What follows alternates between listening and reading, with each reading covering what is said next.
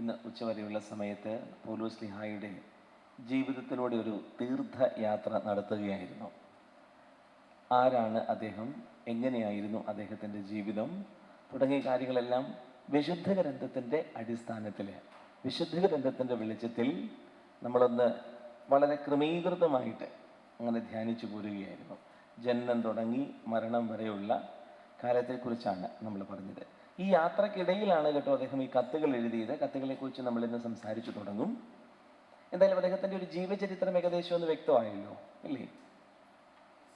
നമുക്ക് സമയമുണ്ടെങ്കിൽ കുറെ കൂടെ വായിക്കാനുണ്ടായിരുന്നു, പക്ഷേ നമുക്ക് സമയത്തിൻ്റെ ഒരു കുറവ് കൊണ്ടാണ് നിങ്ങൾക്കൊരു അസൈൻമെൻ്റ് ആയിട്ട് അത് തന്നിരിക്കുന്നത്. വായിച്ചാൽ മതി എപ്പോഴെങ്കിലും സമയം കിട്ടുമ്പോൾ. പൗലോസ്ലീഹായ്ക്ക് എത്ര ലേഖനങ്ങളാണ് ഉള്ളത്? 12, 13, 14, 13 ലേഖനങ്ങൾ. ചിലർ പറയും 14 ഉണ്ടെന്ന്. ഏതും കൂടെ കൂട്ടിയാണ്, ഹെബ്രായ ലേഖനം കൂടെ കൂട്ടി 14 ഉണ്ടെന്ന് പറയും. പക്ഷെ നമ്മളിപ്പം 14 ഉണ്ടെന്ന് പറയത്തില്ല, 13 ഉണ്ട് എന്നേ പറയുന്നുള്ളൂ. അതുകൊണ്ടാണ് സഹോദരരെ ഹെബ്രായർക്കുള്ള ലേഖനം എന്ന് മാത്രം പറയുന്നത്. പണ്ട് പറയുമായിരുന്നു, എൻ്റെ സഹോദരരെ വിശുദ്ധ പൗലോസ്ലീഹ ഹെബ്രായക്കാർക്ക് എഴുതിയ ലേഖനം എന്ന് പറയുമായിരുന്നു. ഇപ്പോഴത് അങ്ങനെ പറയുന്നില്ല. സഹോദരരെ ഹെബ്രായർക്കുള്ള ലേഖനം അല്ലെങ്കിൽ ഹെബ്രായർക്കുള്ള ലേഖനത്തിൽ നിന്നുള്ള വായന എന്ന് പറഞ്ഞുകൊണ്ടിരിക്കുന്നത്. ഇന്നലെ 13 ലേഖനങ്ങളാണ് ഉള്ളത്. ഈ 13 ലേഖനങ്ങളിൽ എങ്ങനെയാണ് ഈ 13 ലേഖനങ്ങൾ നമുക്ക് തിരിക്കാൻ പറ്റുന്നത്? 4 വിഭാഗങ്ങളായിട്ട് നമുക്ക് ഈ ലേഖനത്തെ തിരിക്കാം. അതാണ് ഞാൻ സ്ക്രീനിൽ കാണിച്ചിരിക്കുന്നത്. പൗലോസ്ലീഹായുടെ ലേഖനങ്ങളെ 4ആയി തിരിക്കാം. 13 ലേഖനങ്ങളെ 4ആയി തിരിക്കാം. ഒന്നാമത്തെ തിരിവാണ് ആദ്യകാല ലേഖനങ്ങൾ. ആദ്യകാല ലേഖനങ്ങൾ, ഏർലിയസ്റ്റ് ലെറ്റേഴ്സ്. ആദ്യകാല ലേഖനങ്ങൾ എന്ന് പറഞ്ഞാൽ ആദ്യകാലത്ത് എഴുതിയ ലേഖനങ്ങൾ എന്ന് മാത്രമേ അതിനർത്ഥമുള്ളൂ. ഏറ്റവും ആദ്യം എഴുതപ്പെട്ടത് നമ്മൾ പറഞ്ഞായിരുന്നു. ഏറ്റവും ആദ്യം എഴുതപ്പെട്ടത് ഏതാണ്? 1 തെസ്സലോനിക്കായ. തീർച്ചയായിട്ടും 1 കഴിയുമ്പോഴാണല്ലോ 2 എഴുതാൻ പറ്റുന്നത്. അതുകൊണ്ട് 1, 2 തെസ്സലോനിക്ക ലേഖനങ്ങളാണ് പൗലോസ്ലീഹ ആദ്യം എഴുതിയത്. അതാണ് ആദ്യകാല ലേഖനങ്ങൾ എന്ന് പറയുന്നത്. രണ്ടാമത്തെ തിരിവ് പ്രധാന ലേഖനങ്ങൾ എന്ന് പറയും. മേജർ ലെറ്റേഴ്സ്, പ്രധാന ലേഖനങ്ങൾ. എന്തുകൊണ്ടാണ് ആ ലേഖനങ്ങളെ പ്രധാന ലേഖനങ്ങൾ എന്ന് പറയുന്നത്? അത് പ്രധാനപ്പെട്ടതായതുകൊണ്ട്. എന്തുകൊണ്ടത് പ്രധാനപ്പെട്ടത്? അത് നമുക്ക് പറയാം. 4 ലേഖനങ്ങളാണ് പ്രധാന ലേഖനങ്ങൾ അല്ലെങ്കിൽ മേജർ ലെറ്റേഴ്സ് എന്ന് അറിയപ്പെടുന്നത്. ഏതൊക്കെയാണ്? റോമാലേഖനം, 1, 2 കോറിന്തോസ്, ഗലാത്യ. റോമ, 1, 2 കോറിന്തോസ്, ഗലാത്യ. ഈ 4 ലേഖനങ്ങളെയാണ് പ്രധാന ലേഖനങ്ങൾ എന്ന് വിളിക്കുന്നത്. ഇവ 4 പ്രധാനപ്പെട്ടതായതുകൊണ്ടാണ് ബൈബിളിലെ സുവിശേഷം കഴിഞ്ഞിട്ട് അപ്പസ്തോല പ്രവർത്തനം വെച്ചു. അത് കഴിഞ്ഞിട്ട് ഉടനെ വെച്ചിരിക്കുന്നത് ഏത് ലേഖനങ്ങളാണ്? റോമാലേഖനം, 1 കോറിന്തോസ്, 2 കോറിന്തോസ്, ഗലാത്യ.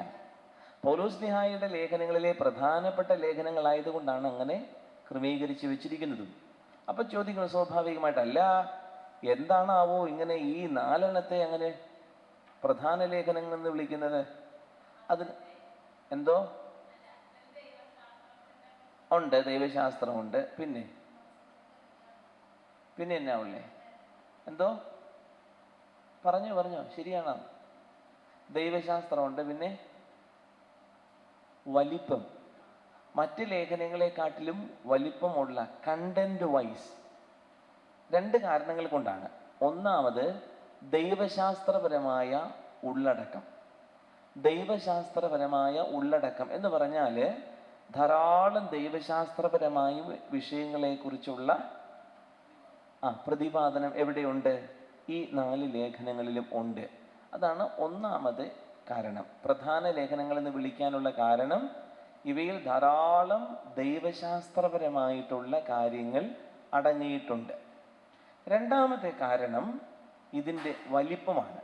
പൗലോസ്ലീഹായുടെ മറ്റ് ലേഖനങ്ങളെ അപേക്ഷിച്ച് ഈ 4 ലേഖനത്തിനും തരക്കേടില്ലാത്ത വലിപ്പമുണ്ട്. അതുകൊണ്ടാണ് they are bigger in size. അവരുടെ സൈസ്, ഒന്നാമത്തേത് തിയോളജിക്കൽ കണ്ടന്റ്, രണ്ട്, അവയുടെ സൈസ്. അക്കാരണം കൊണ്ടാണ് അവയെ പ്രധാനപ്പെട്ട ലേഖനങ്ങൾ എന്ന് വിളിക്കുന്നത്. അതുകൂടാതെ തന്നെ ഒരുപാട് കൂട്ടായ്മകളിലെ ഈ ലേഖനങ്ങളായിരുന്നു മറ്റ് ലേഖനങ്ങളെ അപേക്ഷിച്ച് പ്രചാരത്തിലിരുന്നതും. അതുകൊണ്ടാണ് ഓരോ കൂട്ടായ്മകളിലും എല്ലാം ഒന്നും ഒരുമിച്ചായിരിക്കുകയില്ല, പലതുമൊക്കെ ഈ ലേഖനങ്ങളാണ് കൂടുതൽ ഉപയോഗിച്ചിരുന്നത്. മൂന്നാമത്തെ തിരിവ് തടവറ ലേഖനങ്ങൾ എന്ന് പറയും. തടവറ ലേഖനങ്ങൾ അല്ലെങ്കിൽ പ്രിസൺ ലെറ്റേഴ്സ്. തടവറ ലേഖനങ്ങൾ അല്ലെങ്കിൽ പ്രിസൺ ലെറ്റേഴ്സ്. തടവറ ലേഖനങ്ങൾ എന്ന് പറയുമ്പോൾ തന്നെ നമുക്കറിയാം തടവറയിലായിരുന്നപ്പം എഴുതിയത. നമ്മൾ പല പ്രാവശ്യം പറഞ്ഞു തടവറയിലായിട്ടുണ്ട് എന്ന്, ഇല്ലേ? പ്രത്യേകിച്ച് നമ്മൾ മൂന്നാമത്തെ യാത്ര കഴിഞ്ഞിട്ട് വിചാരണയ്ക്ക് കൊണ്ടുപോയ ശേഷം നമ്മൾ തടവറയിലാകുന്നതിനെ കുറിച്ച് കണ്ടിട്ടുണ്ട്, ഇല്ലേ? അങ്ങനെ തടവറയിലായിരുന്ന സമയത്ത്, പ്രത്യേകിച്ച് റോമായില് തടവറയിലായിരുന്ന സമയത്താണ്, അവിടെ കുറേ നാൾ കിട്ടിയെന്ന് നമ്മൾ പറഞ്ഞായിരുന്നു, ഇല്ലേ? 2 വർഷത്തോളം വീട് വാടകയ്ക്കെടുത്ത് അങ്ങനെ കിട്ടിയ സമയത്ത് അദ്ദേഹം എഴുതിയ 4 ലേഖനങ്ങളെയാണ് തടവറ ലേഖനങ്ങൾ എന്ന് വിളിക്കുന്നത്. കാപ്റ്റിവിറ്റി ലെറ്റേഴ്സ്, പ്രിസൺ ലെറ്റേഴ്സ്, ബന്ധനകാല ലേഖനങ്ങൾ, തടവറ ലേഖനങ്ങൾ എന്നൊക്കെ പല പേരിൽ വിളിക്കും. ഫിലിപ്പി ലേഖനം, എഫേസൂസ് ലേഖനം, കൊളോസൂസ് ലേഖനം, ഫിലമോനുള്ള ലേഖനം. ഫിലിപ്പി, എഫേസൂസ്, കൊളോസൂസ്, ഫിലമോൻ, ഈ 4 ലേഖനങ്ങളാണ് തടവറ ലേഖനങ്ങൾ എന്ന് അറിയപ്പെടുന്നത്. അടുത്തത് പാസ്റ്റോറൽ ലെറ്റേഴ്സ് അല്ലെങ്കിൽ അജപാലന ലേഖനങ്ങൾ. അതാണ് 4ാമത്തെ തരംതിരിവ്. പാസ്റ്റോറൽ ലെറ്റേഴ്സ് അല്ലെങ്കിൽ അജപാലന ലേഖനങ്ങൾ. എന്തുകൊണ്ടാണ് ഈ ലേഖനങ്ങളെ അജപാലന ലേഖനങ്ങൾ എന്ന് വിളിക്കുന്നത്? എന്തോ ഭരണപരമായ കാര്യങ്ങൾ പറയുന്നത് കൊണ്ട്. എന്തോ ഡീക്കന്മാരെ കുറിച്ച്, മെത്രാന്മാരെ കുറിച്ച്, സഭയിലെ എൽഡേഴ്സിനെ കുറിച്ച് എങ്ങനെ പെരുമാറണം എന്ന് പറയുന്നുണ്ട്. പിന്നെ എന്തെങ്കിലും കാരണമുണ്ടോ അജപാലന ലേഖനം എന്ന് വിളിക്കാൻ? എന്തോ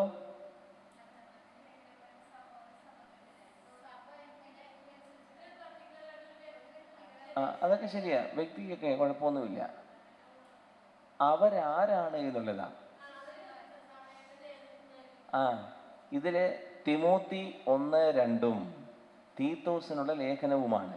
അതാണ് അജപാലന ലേഖനങ്ങൾ എന്ന് പറയുന്നത്. 1-2 തിമോത്തിയും തീത്തോസിന്റെ ലേഖനവുമാണ് അജപാലന ലേഖനങ്ങൾ. ഇവർ 2 പേരും 2 സ്ഥലങ്ങളിലെ മെത്രാനച്ചന്മാരായിരുന്നു. അതുകൊണ്ടാണ് തിമോത്തി എന്നയാള് എഫേസോസ് സഭയിലെ മെത്രാനും തീത്തൂസ് ടൈറ്റസ് എന്നുള്ളയാള് ക്രേത്തെ എന്ന് പറയപ്പെടുന്ന സ്ഥലത്തെ മെത്രാനച്ചനുമായിരുന്നു.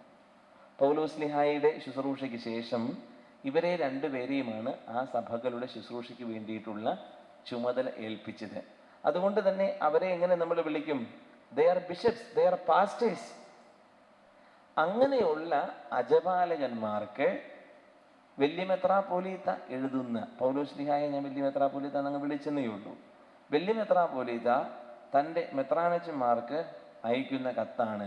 ആ കത്തിൽ എന്താ പറയുന്നത്?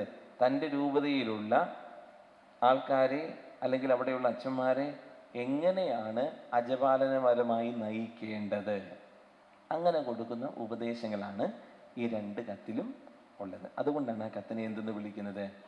Pastoral letters. കണ്ടന്റ് പാസ്റ്ററലാണ്, ഇത് കൊടുക്കുന്നത് പാസ്റ്റേഴ്സിനാണ്, ഇത് കൊടുക്കുന്നത് വലിയ പാസ്റ്ററാണ്. അതുകൊണ്ടാണ് ഇതിനെ അജപാലന ലേഖനങ്ങൾ എന്ന് വിളിക്കുന്നത്. വ്യക്തമായോ അത്? എന്തെങ്കിലും സംശയമുണ്ടോ ഈ 4 കുറിച്ച്? എന്തോ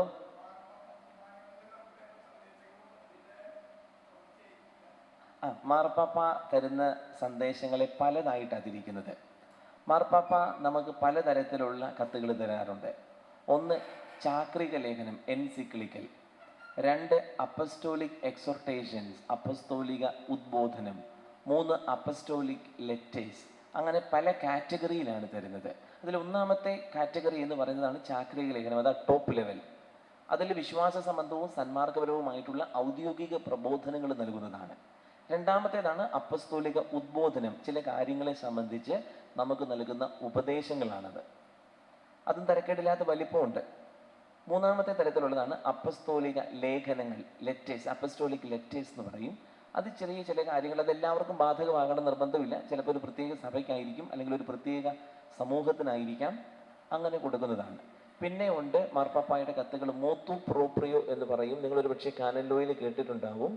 മാർപ്പാപ്പായ്ക്ക് തോന്നുകയാണ് ഇന്ന സമൂഹത്തിന് ഒരു കാര്യം പറയേണ്ടതുണ്ട്, ആരും നിർബന്ധിച്ചിട്ടോ പറഞ്ഞിട്ടോ ഒന്നുമല്ല, സ്വന്തം മനസ്സാലെ അദ്ദേഹം എഴുതുന്ന കത്തുകളുണ്ട്. അങ്ങനെ പല തരത്തിൽ വ്യത്യാസങ്ങൾ ഉണ്ട് കത്തുകൾക്ക്.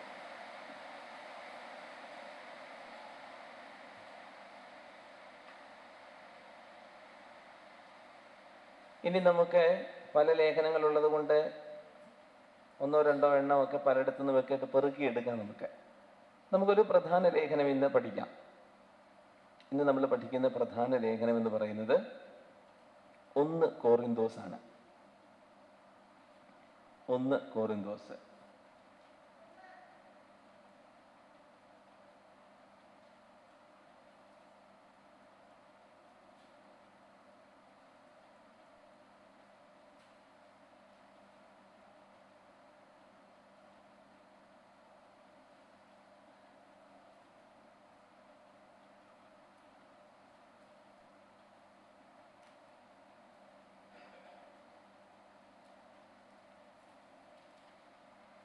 ഒന്ന് കോറിന്തോസിലെ പ്രധാനപ്പെട്ട ചില ഭാഗങ്ങൾ മാത്രമായിരിക്കും നമ്മൾ എടുത്ത് മനസ്സിലാക്കുന്നത് കേട്ടോ.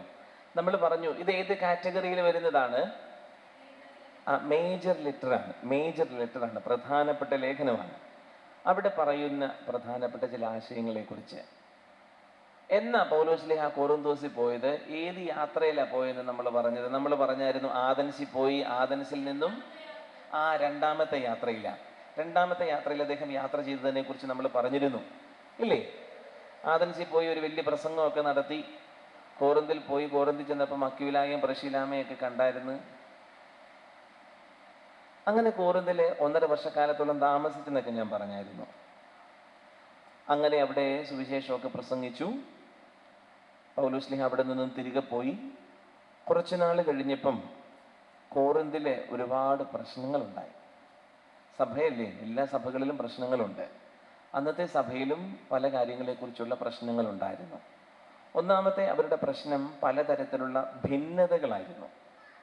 ഭിന്നതകൾ അവരുടെ ഒരു പ്രശ്നമായിരുന്നു. രണ്ടാമതായിട്ട് അവർക്ക് പല കാര്യത്തെയും കുറിച്ചും സംശയങ്ങളുണ്ടായിരുന്നു. പൗലോസ്ലീഹ പ്രസംഗിച്ചിട്ടൊക്കെ പോയി. പിന്നെ അവിടെയുള്ള നേതാക്കന്മാരൊക്കെയാണ് ഇതിനെ സഭയെ നയിച്ചുകൊണ്ട് മുന്നോട്ടൊക്കെ പോകുന്നത്. പക്ഷേ ഈ സഭാ സമൂഹത്തിന് 2 പ്രധാന പ്രശ്നങ്ങളായിരുന്നു ഉണ്ടായിരുന്നത്. കോറിന്തിലെ സഭയുടെ പശ്ചാത്തലത്തെക്കുറിച്ചാണ് കേട്ടോ ഞാൻ പറയുന്നത്. കോറിന്തോസ് ലേഖനത്തിൻ്റെ പശ്ചാത്തലമാണ് ഞാനിപ്പോൾ പറയുന്നത്. 2 പ്രശ്നങ്ങളായിരുന്നു അവർക്ക് ഉണ്ടായിരുന്നത്. ഇതാണ് കോറിന്തോസിലെ സഭ ഉണ്ടായിരുന്ന സ്ഥലം. ചിത്രത്തിൽ നിങ്ങൾക്ക് കാണാം. ഈ കെട്ടിടങ്ങളൊക്കെ കാണുന്നുണ്ടല്ലോ. 2000 വർഷങ്ങൾക്ക് മുൻപ് ഉണ്ടായിരുന്ന കോറിന്തോസിൻ്റെ ഇന്നത്തെ അവശിഷ്ടങ്ങളാണ്. ഇന്ന് നമ്മൾ ചെല്ലുമ്പം ഇതാണ് അവിടെ കാണാനുള്ളത്. പഴയ കോറിന്തിൻ്റെ പൗലോസ്ലീഹ പ്രസംഗിച്ച് താമസിച്ചിരുന്ന പ്രദേശത്തിൻ്റെ ഭാഗങ്ങൾ ഇന്ന് ഇങ്ങനെയാണ് കാണപ്പെടുന്നത്. എന്തോ ഇന്നും ഈ പ്രദേശം ഇങ്ങനെ തന്നെയാണ്. നമ്മൾ പഠിക്കാനൊക്കെ ആയിട്ട് ചെല്ലുമ്പോൾ നമ്മളെ ഇതിലെ കൊണ്ടുപോകും. എന്നിട്ട് ഇതെല്ലാം കൊണ്ടുപോയി കാണിക്കും ഈ സ്ഥലങ്ങളെല്ലാം. ആ മലയുടെ മുകളിലും നമ്മളെ കൊണ്ടുപോകും. അവിടെയായിരുന്നു അവർക്ക് പണ്ടൊരു അമ്പലം ഉണ്ടായിരുന്നു. അമ്പലത്തോടനുബന്ധിച്ച് തന്നെ ചില പ്രത്യേക ശുശ്രൂഷകളൊക്കെ ഉണ്ടായിരുന്നു. അതുകൊണ്ട് അത് ഞാൻ പിന്നീട് പറയും. ഗ്രീക്ക്. ഇത് കോറിന്തോസിലെ ഒരു പ്രധാനപ്പെട്ട ഇതാണ് കോറിന്തോസ് എന്ന് പറയുന്ന സ്ഥലം. ചിത്രത്തിൽ നിങ്ങൾക്ക് കാണാം.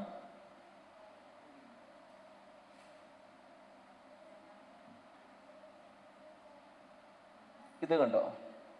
ഈ ഒരു ചെറിയ കഴുത്ത് കണ്ടോ? ഈ കഴുത്ത് വലിയ പ്രശ്നമുള്ള കഴുത്തായിരുന്നു. അതെന്നാന്ന് ചോദിച്ചാൽ, കോറിന്തോസിൽ ഈ വഴി പണ്ട് കാലത്ത് ഒരുപാട് ബിസിനസ് ചരക്ക് കപ്പലുകൾ പോകുമായിരുന്നു. അപ്പോൾ ഈ കപ്പല് ഈ ഏജൻസി വഴി വന്ന് ഇങ്ങനെ വന്ന് ഇതിലേ വന്ന് ഇങ്ങനെ വേണമെങ്കിൽ അയോണിയൻ സീയിലോട്ട് പോകാൻ പറ്റും. പക്ഷെ അത് ദുർഘടം പിടിച്ച വഴിയാണ്. ഒരുപാട് താമസം എടുക്കും. അപ്പോൾ എല്ലാവരും എന്നാ ചെയ്യുമായിരുന്നു ചോദിച്ചു കഴിഞ്ഞാൽ, അവർ കപ്പൽ ഇവിടെ വരെ കൊണ്ടുവരാൻ നല്ല സൂപ്പർ വഴിയാണ്, ഒരു തടസ്സവും ഇല്ല. കപ്പലിൽ ചരക്ക് ഇവിടെ വരെ കൊണ്ടുവരും. പക്ഷെ ഒരു പ്രശ്നം ഇത്രയേ ഉള്ളൂ, ഇവിടെ ഇത്രയും ഒരു 6 കിലോമീറ്റർ കരപ്രദേശം, 6 കിലോമീറ്ററേ ഉള്ളൂ. എന്ത് കാണിക്കുമായിരുന്നു?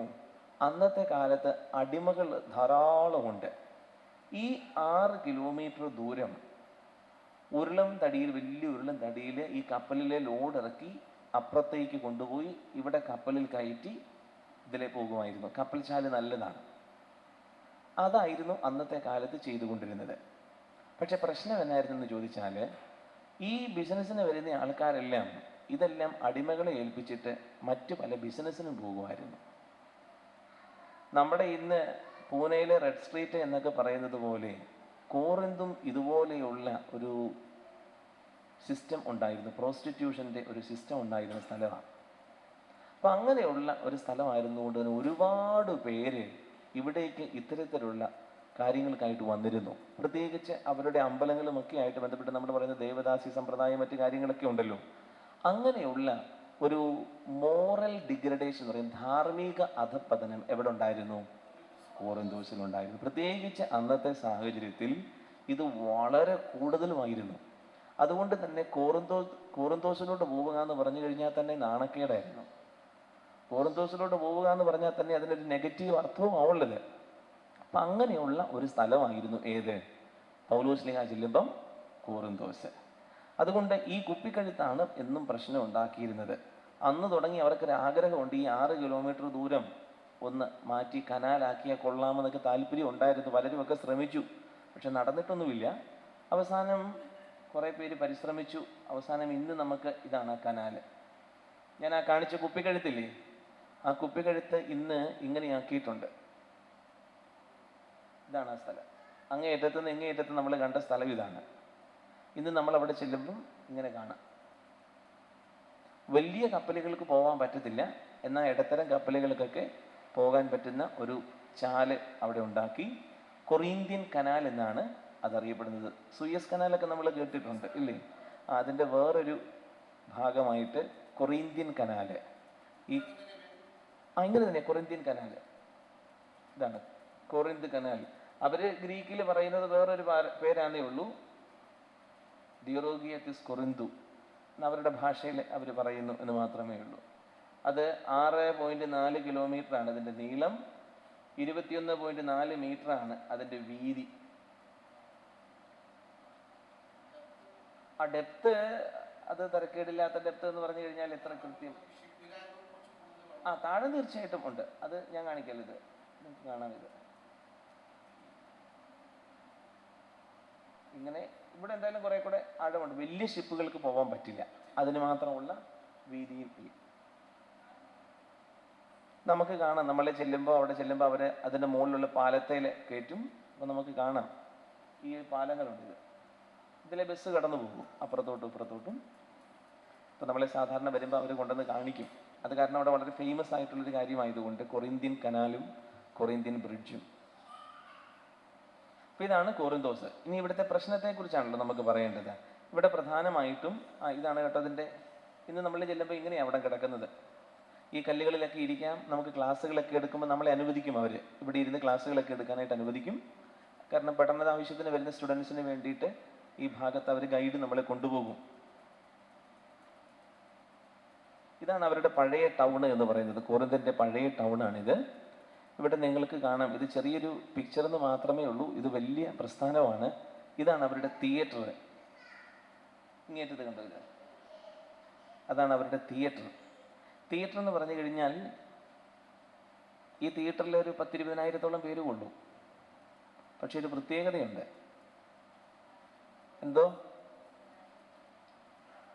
എന്താണെന്നറിയാമോ പ്രത്യേകത? കൊളോസിയം അല്ല, ഒരു തിയേറ്റർ എന്ന് പറഞ്ഞു കഴിഞ്ഞാൽ സ്റ്റേജ് പ്രോഗ്രാമുകളൊക്കെ നടക്കുന്ന സ്ഥലമാണ്. മൈക്ക് വേണ്ട, മൈക്ക് വേണ്ട എന്നുള്ളതാണ് അതിൻ്റെ പ്രത്യേകത. അതായത് താഴത്തെ സ്റ്റേജിൽ ചെയ്യുന്ന കാര്യങ്ങൾ ഏറ്റവും മുകളിലിരിക്കുന്ന ആൾക്കാർക്ക് വരെ കേൾക്കാൻ തക്ക രീതിയിലുള്ള അക്യൂസ്റ്റിക്സ് ആണ് അവരുടേത്. ആ ശബ്ദത്തിൻ്റെ അതിൻ്റെ നിർമ്മാണം അങ്ങനെയാണ്. അതാണ് ആ ഗ്രീക്ക് കൾച്ചറിൻ്റെ ഉള്ള എഫേസോസിലും ഒക്കെ ഉണ്ട്. എഫേസോസിലും സച്ച് എ ഹ്യൂജ് വൺ. അതിൻ്റെ കല്ല് ഇന്നും അങ്ങനെ തന്നെ നിൽപ്പുണ്ട്. ഒറിജിനല് ഇപ്പോഴും ഉണ്ട്. അതിൽ ചിലയിടത്ത് കൃത്യമായിട്ട് പേരെഴുതി വെച്ചിട്ടുണ്ട്, ഇന്ന ആളാണ് അവിടെ ഇരിക്കേണ്ടത്, അല്ലെങ്കിൽ ഇന്ന സ്ഥാനമുള്ള ആളാണ് ഇന്ന കല്ലിൽ ഇരിക്കേണ്ടത്, ഈ പടിയിൽ ഇരിക്കേണ്ടത് ആരാന്നുള്ളതൊക്കെ എഴുതി വെച്ചിട്ടുണ്ട്.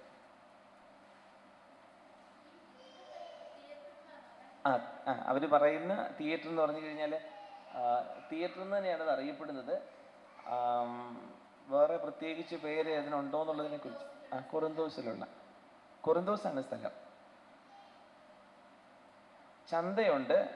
ചന്തയ്ക്ക് പറയുന്ന പേര് അഗോറ എന്നാണ്. ചന്ത, അവരുടെ ചന്ത. ഈ ചന്ത ഓർത്തിരിക്കുന്നത് നല്ലതാണ്. കൊറിന്തോസ് ലേഖനത്തിൽ ഒരിടത്ത് നമ്മളോട് ചോദിക്കുന്നുണ്ട്, ചന്തയിൽ വിൽക്കുന്ന മാംസം കഴിക്കാവോ എന്ന് ചോദിക്കുന്നില്ലേ? കൊറിന്തോസ് ലേഖനത്തിലാണ്. അതെവിടെയാണ് വിൽക്കപ്പെടുന്നതെന്ന് ചോദിച്ചു കഴിഞ്ഞാൽ ഇവിടെയാണ് വില കുറച്ച് മാംസങ്ങൾ വിറ്റുകൊണ്ടിരുന്നത്. അപ്പോൾ ആ മാംസം മേടിക്കാമോ എന്നായിരുന്നു അവരെഴുതി ചോദിച്ചിരുന്നൊരു ചോദ്യം. പിന്നെ അവരുടെ ഇതിൻ്റെ ബസിലിക്ക, അവരുടെ യഹൂദ അല്ലെങ്കിൽ അവരുടെ വിജാതീയ ടെമ്പിൾസ് ഉണ്ട്. ഇത് ഒരു വിജാതീയ ടെമ്പിളാണ്, ടെമ്പിൾ ഓഫ് അപ്പോളോ, അതാണിത്. ഈ അമ്പലത്തിൽ അർപ്പിക്കപ്പെടുന്ന ഇറച്ചി അതാണ് ഇവിടേക്ക് കൊണ്ടുവന്ന് കുറഞ്ഞ വിലയിൽ വിറ്റിരുന്നത്. അതാണ് വാങ്ങാവോ എന്ന് ചോദിച്ചിരുന്നത്. ഇവിടെ മറ്റൊരു ടെമ്പിളുണ്ട്, ടെമ്പിൾ ഓഫ് ഒക്ടാവിയ. അതിൻ്റെ ഒരു ചിത്രം എന്ന് മാത്രമേ ഉള്ളൂ കേട്ടോ, ഒരു കോറിന്തിൻ്റെ ഒരു ചിത്രം കാണിക്കാൻ വേണ്ടിയിട്ട്. ഇതാണ് ഇന്ന് കോറിന്തിൽ നമ്മൾ ചെന്ന് കഴിഞ്ഞാൽ നമുക്ക് കാണാൻ പറ്റുന്ന അവരുടെ റോഡും. ആഥൻസ് കോറിന്ത്, എയർപോർട്ട് കോറിന്തിലില്ല, ആഥൻസിലാണ് നമ്മൾ ഇറങ്ങേണ്ടത്. ആഥൻസിൽ ഇറങ്ങിയിട്ട് നമുക്ക് റോഡ് മാർഗമോ ട്രെയിൻ മാർഗമോ കോറിന്തിലേക്ക് എത്താനായിട്ട് പറ്റും. എന്തോ നമ്മൾ പറയുന്ന സോക്കോൾഡ് കോറിന്ത് എന്ന് പറയുന്നത് ഗ്രീസിന്റെ ഭാഗമാണല്ലോ. അവിടെ കൂട്ടരുണ്ട്. നമുക്ക് കൂടുതൽ ക്രിസ്ത്യൻസ് ധാരാളം ഉണ്ട്. അവരുടെ ഓർത്തഡോക്സ് ചർച്ച് ധാരാളം അംഗങ്ങളൊക്കെ ഉണ്ട്. അവരുടെ റിലീജിയസ് ശുശ്രൂഷകളൊക്കെ നടക്കുന്നുണ്ട്. എന്തോ 2000 വർഷങ്ങൾക്ക് മുൻപ് ഉണ്ടായിരുന്നതിൻ്റെ അവശിഷ്ടങ്ങൾ ഏൻഷ്യന്റ് കോറിന്ത് എന്ന് പറഞ്ഞ് ആർക്കിയോളജിക്കാർ സംരക്ഷിച്ചിരിക്കുന്നതാണ്.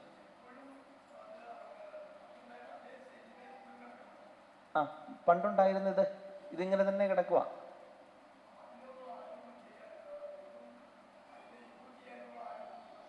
പിന്നീട് ഒന്നും ചെയ്തില്ല. അതായത് പിന്നീട് ഈ ഭൂമി കുലുക്കം അങ്ങനെയുള്ള ഇതിലൊക്കെ വന്നെല്ലാം മണ്ണ് മൂടിപ്പോയി, അങ്ങനെ അങ്ങ് നഷ്ടപ്പെട്ടു പോയായിരുന്നു ഇതെല്ലാം. ആരും ശ്രദ്ധിക്കാനില്ല. അത് മോഡേൺ കോറിന്ത് വേറെ അപ്പുറത്ത് പണിതു. അപ്പോൾ ഇതെല്ലാം ഇങ്ങനെ കിടന്നു. പിന്നീടാണ് ഈ ആർക്കിയോളജി ഡെവലപ്പ് ചെയ്ത് വന്നപ്പം ഇത് കണ്ടുപിടിക്കാൻ വേണ്ടിയിട്ട് ഈ സ്ഥലങ്ങളൊക്കെ തുർക്കിക്കാരല്ല ചെയ്തിരിക്കുന്നത്, വേറെ സ്ഥലത്തുള്ളവരാണ് ചെയ്തിരിക്കുന്നത്. അമേരിക്കക്കാരും ഇംഗ്ലണ്ടുകാരും ഒക്കെ ഏറ്റെടുത്തിരിക്കുകയാണ് പല സ്ഥലങ്ങളും ഇതുപോലെ. അപ്പോൾ അവരേറ്റെടുത്താണ് ഇതിൻ്റെ ഹ്യൂജ് ഇൻവെസ്റ്റ്മെൻറ്റ് വേണ്ടി വരുന്നുണ്ടല്ലോ. എന്ന് പറഞ്ഞാൽ ഒരുപാട് തുക ആവശ്യമാണ് ഇതിൻ്റെ എല്ലാം കണ്ടെത്തി കൊണ്ടുവരണം എന്നുണ്ടെങ്കിൽ. ഇവരെല്ലാം നമ്മൾ ഓർക്കും ഇത് പോയി തൂമ്പാ കൊണ്ട് കിളച്ചെടുക്കാൻ പറ്റുമൊന്നുമില്ല. ഓരോ സംഗതിയും അവർ ബ്രഷ് കൊണ്ടാണ് ഓരോ സംഗതിയും തൂത്തെടുത്ത് പതുക്കെ ഇളക്കി മാറ്റി കണ്ടെത്തുന്നത്. കാരണം ഒരു സംഗതി പോലും നഷ്ടപ്പെട്ടു പോവാതിരിക്കാൻ വേണ്ടിയിട്ട്. അതുകൊണ്ടാണ് അന്നത്തെ കാലത്ത് ഒരുപാട് മെറ്റീരിയൽസ് ഇവിടെ നിന്ന് കിട്ടിയിട്ടുണ്ട്. അതെല്ലാം മ്യൂസിയത്തിൽ സൂക്ഷിച്ചിട്ടുണ്ട്. ഇപ്പോഴും ഉണ്ട് അതിൻ്റെ അവശിഷ്ടങ്ങൾ. ഞാൻ ഒരു ഒറിജിനൽ കാണിക്കാം.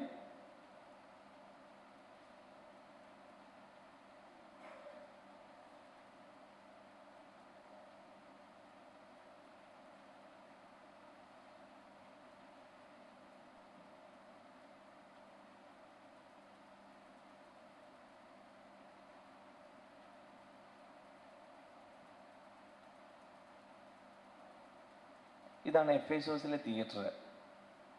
ഇന്നിപ്പോൾ ഇങ്ങനെയാണ്, നമ്മൾ ചെല്ലുമ്പോൾ ഇങ്ങനെ കുറേ ഭാഗമൊക്കെ നഷ്ടപ്പെട്ടു പോയിട്ടുണ്ട്. ബാക്കി ഭാഗമെല്ലാം ഒറിജിനലായിട്ട് തന്നെ ഇരിപ്പുണ്ട്. നമുക്കിതിലെ കയറാം. നമ്മൾ ടൂറിസ്റ്റിനെ ഇതിലെ കയറ്റി അവർ അകത്ത് കൊണ്ടുപോകും. നമുക്കിതിലെല്ലാം കംപ്ലീറ്റ് ഭാഗത്തൂടെ മൂവ് ചെയ്യാം. ഇത് എനിക്ക് തോന്നുന്നു 10-20,000 പേർക്ക് ഇരിക്കാൻ പറ്റുന്ന വലിപ്പമുള്ള ഒരു തിയേറ്ററാണ്. എഫേസോസിലാണിത്. ഇവിടെ പലയിടത്തുമൊക്കെ പേരുകൾ എഴുതി വെച്ചിട്ടുണ്ട്, ആരാ ഇരിക്കേണ്ടത് എന്നുള്ളതുമായിട്ട് ബന്ധപ്പെട്ട്. അതാണ് സീറ്റാണ്, എല്ലാവർക്കും ഇരിക്കേണ്ട സീറ്റുകളാണ്.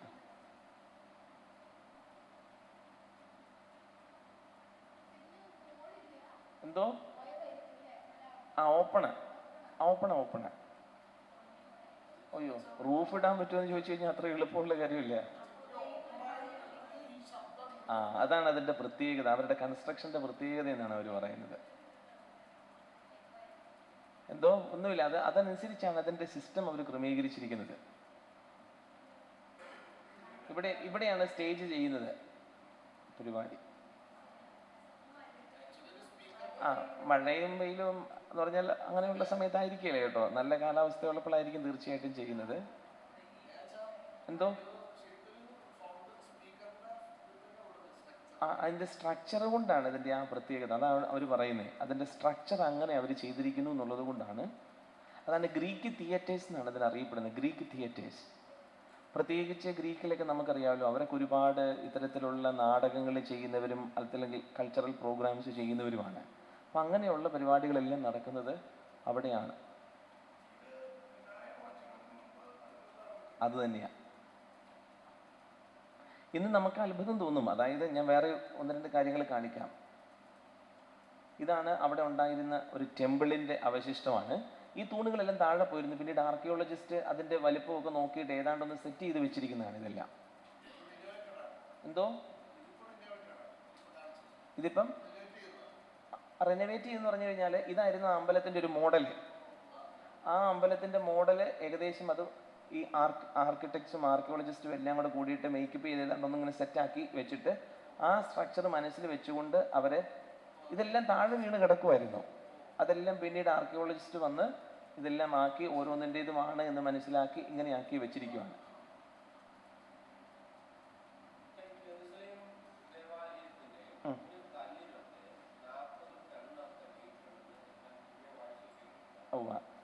തീർച്ചയായിട്ടും കാണുമായിരിക്കും കേട്ടോ. ഇവിടുത്തെ കല്ലുകളൊക്കെ ആണെങ്കിലും വലിയ കല്ലുകളാണ്. ഞാൻ വേറൊരു എക്സാമ്പിൾ കാണിക്കാം.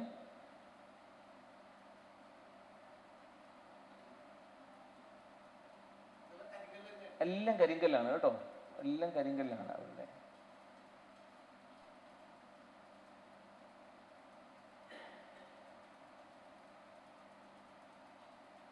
അവരുടെ ഇതിന്റെ വഴികളൊക്കെ ഉണ്ട്. ഞാൻ പിന്നീട് സമയം കിട്ടുകയാണെങ്കിൽ ഒരു വീഡിയോ കാണിക്കാം പിന്നീട്. ഈ എഫേസോസുമായിട്ട് ബന്ധപ്പെട്ടിട്ടുള്ള അവിടുത്തെ സ്ഥലങ്ങൾ, അവിടുത്തെ ലൈബ്രറികൾ.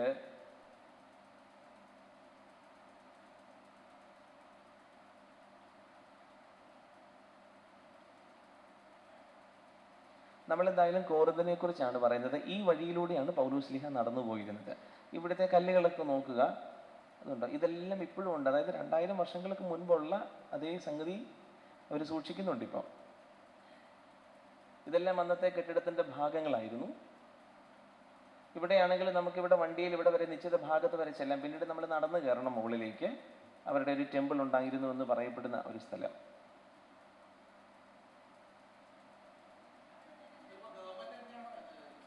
അത് ഗവൺമെന്റിന്റെ ആണ്. എങ്കിലും ഗവൺമെന്റ് ഈ പലരെയും ഏൽപ്പിച്ചിരിക്കുകയാണ് അതിന്റെ കാര്യങ്ങൾ നോക്കാൻ വേണ്ടിയിട്ട്.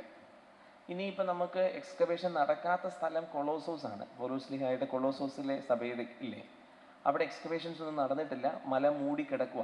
നമുക്ക് ആ മലയുടെ മുകളിൽ കയറാം. അപ്പം ഞങ്ങൾ പറഞ്ഞു, മലയുടെ മുകളിൽ കയറിയപ്പോൾ പറഞ്ഞു ഇതിനടിയിൽ എന്തുമാത്രം കാര്യങ്ങൾ ഉണ്ടായിരിക്കും എന്ന് പറഞ്ഞു. ഇതുവരെ എക്സ്കവേഷൻ ആർക്കും കൊടുത്തിട്ടില്ല. പലരും ഒക്കെ ചോദിക്കുന്നുണ്ടെന്നാണ് മനസ്സിലാക്കുന്നത്. ഇതുവരെ കൊടുത്തിട്ടില്ല. ഹ്യൂജ് എമൗണ്ട് കിട്ടും തുർക്കിക്കാർക്ക് മറ്റുള്ളവർ ഏറ്റെടുക്കുകയാണെങ്കിൽ. അപ്പം അതുകൊണ്ട് അവരെ എനിക്ക് തോന്നുന്നു ആരെങ്കിലും ഏറ്റവും കൂടുതൽ കൊടുക്കുന്നവർക്ക് എടുക്കുമായിരിക്കും. ഇനി തുർക്കിക്കാർ തന്നെ ചെയ്യുമോയെന്ന് അറിയില്ല. എന്തായാലും മറ്റു പലർക്കുമാണ് ഇവർ കൊടുത്തിരുന്നത്. ഇത് ഇന്നത്തെ കോറിന്തിന്റെ ഒരു ഭാഗം എന്ന് മാത്രമേ ഉള്ളൂ. മോഡേൺ കോറിന്ത് നമ്മൾ കണ്ടത് പഴയ കോറിന്താണ്, ഏൻഷ്യൻ കോറിന്ത് എന്ന് പറയുന്നത്. അതിനടുത്ത് തന്നെയാണ് അവിടുത്തെ ചെറിയ കൃഷിയും കാര്യങ്ങളും ഒക്കെ അതേ ഉള്ളൂ. ഓക്കെ, നമ്മൾ പറഞ്ഞത് ഇവിടെ 2 പ്രശ്നങ്ങൾ ഉണ്ടായിരുന്നെന്നാ. കോറിന്തിലെ സഭയിൽ 2 പ്രശ്നങ്ങളായിരുന്നു. ഒന്നാമത്തെ പ്രശ്നം ഭിന്നതയാണ് ഒന്നാമത്തെ പ്രശ്നം. രണ്ടാമത്തെ പ്രശ്നം ഇവർക്കുണ്ടായിരുന്ന പല സംശയങ്ങൾ. 2 കാര്യങ്ങൾ വ്യക്തമായല്ലോ. അപ്പം ഇത് നമ്മളിനി പറയാൻ പോകുന്ന കാര്യങ്ങളിൽ പറഞ്ഞു വരുമ്പോഴേക്കും നിങ്ങൾ ഓർത്തോണം, അവരുടെ ഇടയിൽ ഭിന്നതകൾ ഉണ്ടായിരുന്നു, 2 സംശയങ്ങളുണ്ടായിരുന്നു. അപ്പം നമുക്ക് ഒന്നാമത്തെ ഇവരുടെ ഒരു ഭിന്നതയിലോട്ട് പോകാം.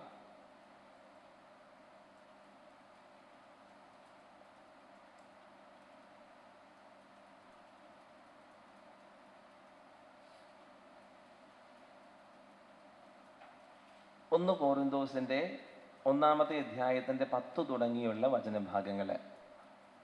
ഒന്നാമത് പൗലോസ്ലീഹ പറയുന്നത് നിങ്ങൾ തമ്മിൽ ഉണ്ടായിരിക്കേണ്ട ഐക്യത്തെക്കുറിച്ചാണ് കേട്ടോ. ഒന്നാമത് പൗലോസ്ലീഹ പഠിപ്പിക്കുന്നത് ഐക്യത്തെക്കുറിച്ചാണ്, യൂണിയൻ അല്ലെങ്കിൽ യൂണിറ്റി. ഒന്നാമത് പൗലോസ്ലീഹ കൊറിന്തോസ് ലേഖനത്തിൽ പഠിപ്പിക്കുന്ന വിഷയം എന്താണ്? ഐക്യം, യൂണിറ്റി. 1 കോറിന്തോസിൻ്റെ 1-ാമത്തെ അധ്യായത്തിൻ്റെ 10 തുടങ്ങിയുള്ള വചനഭാഗങ്ങൾ, 10 തുടങ്ങി ഒരു 14-15 വരെയുള്ള വചനഭാഗങ്ങളാണ്. അവിടെ എന്താ പറയുന്നത് നമുക്ക് വായിക്കാം.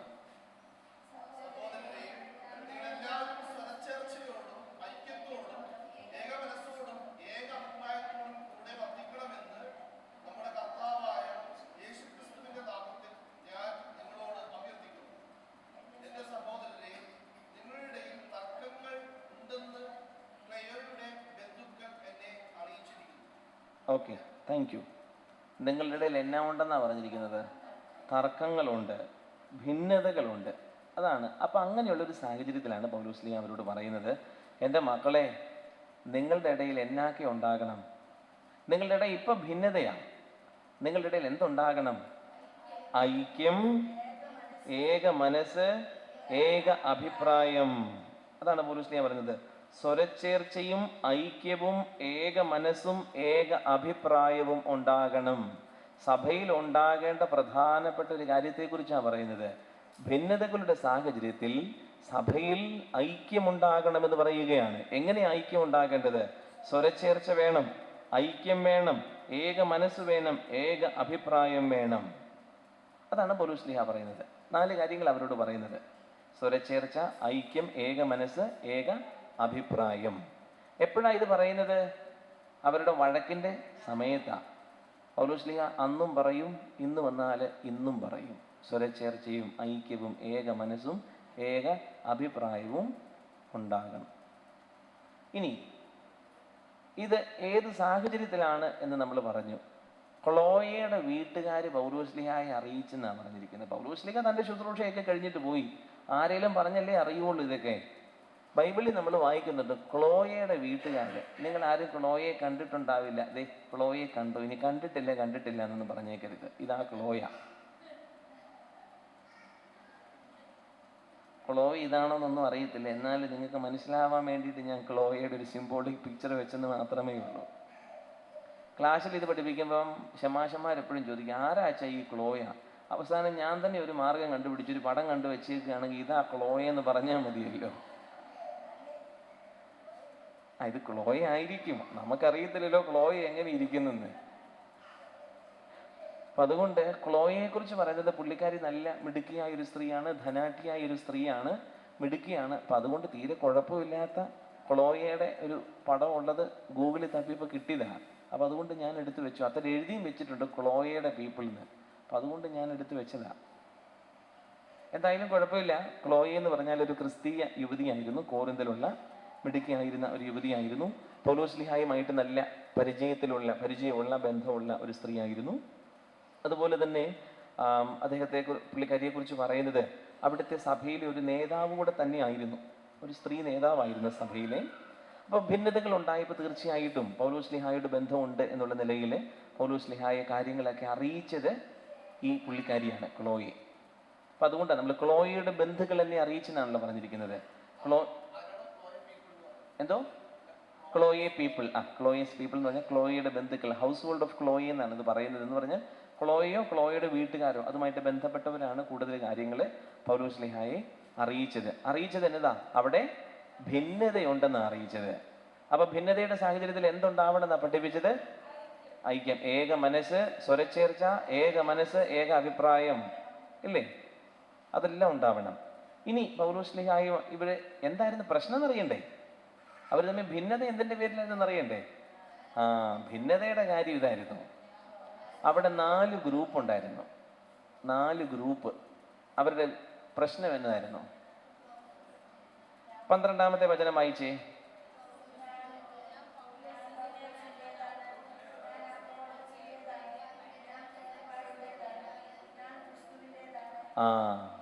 കോറിന്തിലെ സഭയിലെ ക്രിസ്ത്യാനി കൂട്ടങ്ങൾ അവർ കുറേ പേര് പറഞ്ഞു ഞാൻ പൗലോസിൻ്റെതാണ്.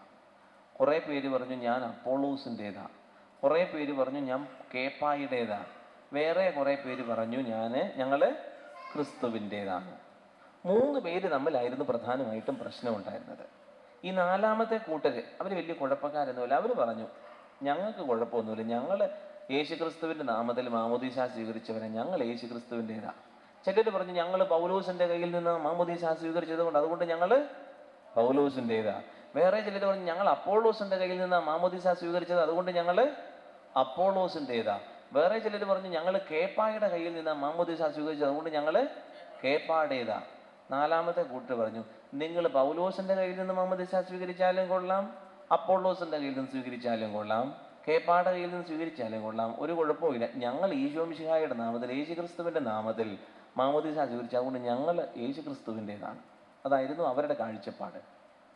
അപ്പം അങ്ങനെ ഈ വഴക്ക് ഉണ്ടായി എന്ന് ക്ലോയയുടെ വീട്ടുകാർ പൗലോസ്ലിഹായിട്ട് പറഞ്ഞു. എൻ്റെ പൗലോ, സഭയിൽ വലിയ ഭിന്നതയാണ്, 3 പേര് വഴക്കോട് വഴക്കാം. അവര് മാമോദീസയുടെ പേരിലാണ്, ആര് തലേ വെള്ളം ഒഴിച്ചു എന്നുള്ളതിൻ്റെ പേരിലാണ് ഈ പ്രശ്നം മുഴുവനും ഉണ്ടാക്കുന്നത്. അപ്പം അതുകൊണ്ട് പൗലോസ്ലിഹ ഒരു കാര്യം പറഞ്ഞു, എനിക്ക് നിങ്ങളോട് ചില കാര്യങ്ങൾ പറയാനുണ്ട്. അതുകൊണ്ട് പൗലോസ്ലിഹ അവരോട് ചോദിക്കുകയാണ് 3 ചോദ്യങ്ങൾ. 13ാമത്തെ വാക്യം, ക്രിസ്തു വിഭജിക്കപ്പെട്ടെന്നോ? നിങ്ങൾക്ക് വേണ്ടി ക്രൂശിതനായത് പൗലോസാണോ? പൗലോസിന്റെ നാമത്തിലാണോ നിങ്ങൾ മാമോദീസ സ്വീകരിച്ചത്? ഓക്കെ, അത് മതി. പൗലോസിന്റെ നാമത്തിലാണോ നിങ്ങൾ മാമോദീസ സ്വീകരിച്ചത്? അല്ല. ആരുടെ നാമത്തിലാണ്? അങ്ങനെയെങ്കിൽ നിങ്ങൾ ആരുടേതാണ്? ഉത്തരം അത്രേ ഉള്ളൂ. കണ്ടോ, പൗലോസ് ചോദ്യം ചോദിച്ച് അവരെ കൊണ്ട് ശരി ഉത്തരം പറയിപ്പിക്കുകയാണ്. എന്ത്, സഭ വിഭജിക്കപ്പെട്ടിരിക്കുന്നുവെന്നോ? അതായത് ചോദ്യമാ, എന്നെ വിഭജിക്കപ്പെടാൻ പറഞ്ഞു? അങ്ങനെ പാടില്ല, സഭ ഒന്നായിരിക്കണം. സഭ വിഭജിക്കപ്പെടാൻ പാടില്ല, ഒന്നായിരിക്കണം. ഈശോ മിശിഹായിൽ സ്ഥാപിതമായിരിക്കുന്ന സഭ ഒന്നായിരിക്കണമെന്നാണ് പറഞ്ഞത്. 2ാമത് ചോദിക്കുകയാണ്, ക്രൂശിതനായത്, നിങ്ങൾക്ക് വേണ്ടിയിട്ട് ക്രൂശിതനായത് പൗലോസാണോ? ആണോ? ആണോ? ആണോ? പിന്നെ ആരാ? ക്രിസ്തുവാ. ആരുടെ നാമത്തിലാണ് മാമോദീസ സ്വീകരിച്ചത്? യേശുവിൻ്റെ നാമത്തിൽ. ഉത്തരം അതുകൊണ്ട് നിങ്ങൾ ആരുടേതാണ്? നിങ്ങൾ യേശു ക്രിസ്തുവിൻ്റെതാണ്. You are one in Christ. നിങ്ങൾ യേശു ക്രിസ്തുവിൻ്റെതാണ്. അതാണ് പൗലോസ്ലീഹ പഠിപ്പിക്കുന്നത്. ഓർത്ത് നോക്കണേ, വളരെ ആഴത്തിലുള്ള ചിന്തയാണ്. നിങ്ങളുടെ തലയിൽ പൗലോസ് വെള്ളം ഒഴിച്ചാലും കൊള്ളാം, അപ്പോളോസ് വെള്ളം ഒഴിച്ചാലും കൊള്ളാം, കേപ്പ വെള്ളം ഒഴിച്ചാലും കൊള്ളാം, അതല്ല പ്രശ്നം. നിങ്ങൾ ആരുടെ നാമത്തിലാണോ മാമോദീസ സ്വീകരിച്ചത് അദ്ദേഹത്തിൻ്റെതാണ് നിങ്ങൾ. You are of Jesus Christ. നിങ്ങൾ യേശു ക്രിസ്തുവിൻ്റെതാണ്, ഈശോ മിശിഹായുടേതാണ്. അതാണ് ഐക്യത്തെക്കുറിച്ച് പൗലോസ്ലീഹ പറയുന്നത്. സാഹചര്യം മനസ്സിലായോ? ഭിന്നത ഉണ്ടായിരുന്ന അവരുടെ ഇടയിൽ. എന്തിൻ്റെ പേരിലായിരുന്നു ഭിന്നത? ഞങ്ങൾ ആരുടേതാണ്, ഞങ്ങൾ ആരിൽ നിന്ന് മാമോദീസ സ്വീകരിച്ചോ അയാളുടേതാണ് എന്ന് പറഞ്ഞുള്ള ഭിന്നതയായിരുന്നു അവിടെ ഉണ്ടായിരുന്നത്. അങ്ങനെയുള്ള സാഹചര്യത്തിലാണ് പൗലോസ്ലീഹ അവരെ തിരുത്തുക. മകളെ, ഒരുപക്ഷെ നിങ്ങൾ പൗലോസിന്റെ കയ്യിൽ നിന്നായിരിക്കാം മാമോദീസ സ്വീകരിച്ചോ, കൊള്ളാം, കുഴപ്പമൊന്നുമില്ല, നല്ലതാ, പൗലോസിന്റെ ചൈതന്യമൊക്കെ സ്വീകരിച്ചു. അപ്പോളോസിന്റെ കയ്യിൽ നിന്നായിരിക്കും, അപ്പോളോസിന്റെ ചൈതന്യമൊക്കെ സ്വീകരിച്ചോ, കൊള്ളാം. കേപ്പായുടെ കയ്യിൽ നിന്നായിരിക്കും, ഓക്കെ, ഒരു കുഴപ്പമില്ല. പക്ഷെ നിങ്ങൾ ആരുടെ നാമത്തിലാണ് സ്വീകരിച്ചത്? യേശു ക്രിസ്തുവിന്റെ നാമത്തിൽ. അങ്ങനെയെങ്കിൽ നിങ്ങൾ ആരുടേതാണ്? യേശു ക്രിസ്തുവിൻ്റെതാണ്. ഇനി ചോദ്യവും ഇല്ല, ഉത്തരവും ഇല്ല. വ്യക്തമായോ സംഗതി? പൗലോസ്ലീഹയ്ക്ക് ഒട്ടും ഇഷ്ടമില്ല ഇവരിങ്ങനെ ഈ വഴക്കുണ്ടാക്കുന്നത്. അതുകൊണ്ട് പൗലോസ്ലീഹ ഇവരെ കളിയാക്കുന്ന പോലും ഉണ്ട്, ഈ വഴക്കുണ്ടാക്കുന്നവരെ. ഇതിൻ്റെ തുടർച്ചയായിട്ട് വേറൊരു ഭാഗമുണ്ട്, ഞാൻ അതോടെ ഒന്ന് കാണിക്കാം. പൗലോസ്ലീഹ അവരെ കളിയാക്കുന്ന ഒരു ഭാഗമുണ്ട്. 3-ാമത്തെ അധ്യായത്തിന്റെ 1-ാമത്തെ വചനം വായിക്കാവോ? 3-ാമത്തെ അധ്യായത്തിന്റെ 1-ാമത്തെ വചനം. 3-ാമത്തെ അധ്യായത്തിന്റെ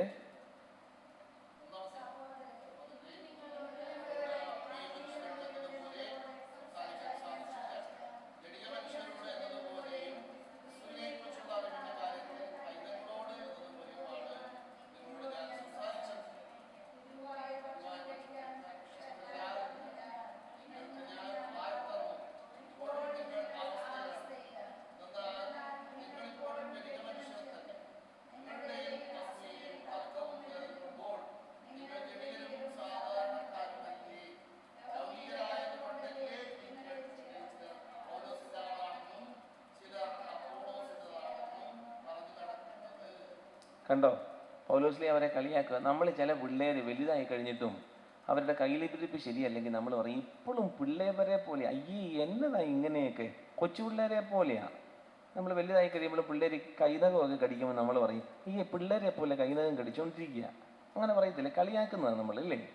അതുപോലെ പൗലോസ്ലീഹ അവരോട് പറയുക, അതെ നിങ്ങൾ കൊച്ചുങ്ങളായിരുന്നപ്പോൾ നിങ്ങൾക്ക് ഞാൻ നിപ്പിള് കുപ്പി പാല് തന്നിട്ടുണ്ട് എന്ന് പറഞ്ഞാൽ, നിങ്ങൾ കൊച്ചുങ്ങളായിരുന്നപ്പോൾ നിങ്ങൾക്ക് ഞാൻ വളരെ ലളിതമായിട്ട് കാര്യങ്ങളൊക്കെ പറഞ്ഞു തന്നിട്ടുണ്ട്. ഓരോ വർഷം ചെല്ലും തോറും നിങ്ങൾ വിശ്വാസത്തിൽ വളർന്ന് വളർന്ന് വളർന്ന് വന്ന് കട്ടിയായിട്ടുള്ള കാര്യങ്ങൾ സ്വീകരിക്കാൻ പഠിക്കണം. അങ്ങനെയല്ലേ? അതല്ലേ? അങ്ങനെയാണ് ശരിക്കും ചെയ്യേണ്ടത്. കൊച്ചായിരുന്നപ്പം പാല് തന്നു, വളർത്തി വളർത്തി വളർത്തി കൊണ്ടുവന്നു, ഇച്ചിരിയുടെ കട്ടിയായി, കുറുക്ക് കഴിക്കുന്ന പ്രായമായി, ചോറ് കഴിക്കുന്ന പ്രായമായി, വളർന്ന് വളർന്ന് വന്ന് നല്ല കപ്പയും ചക്കയും കഴിക്കുന്ന പ്രായമായി.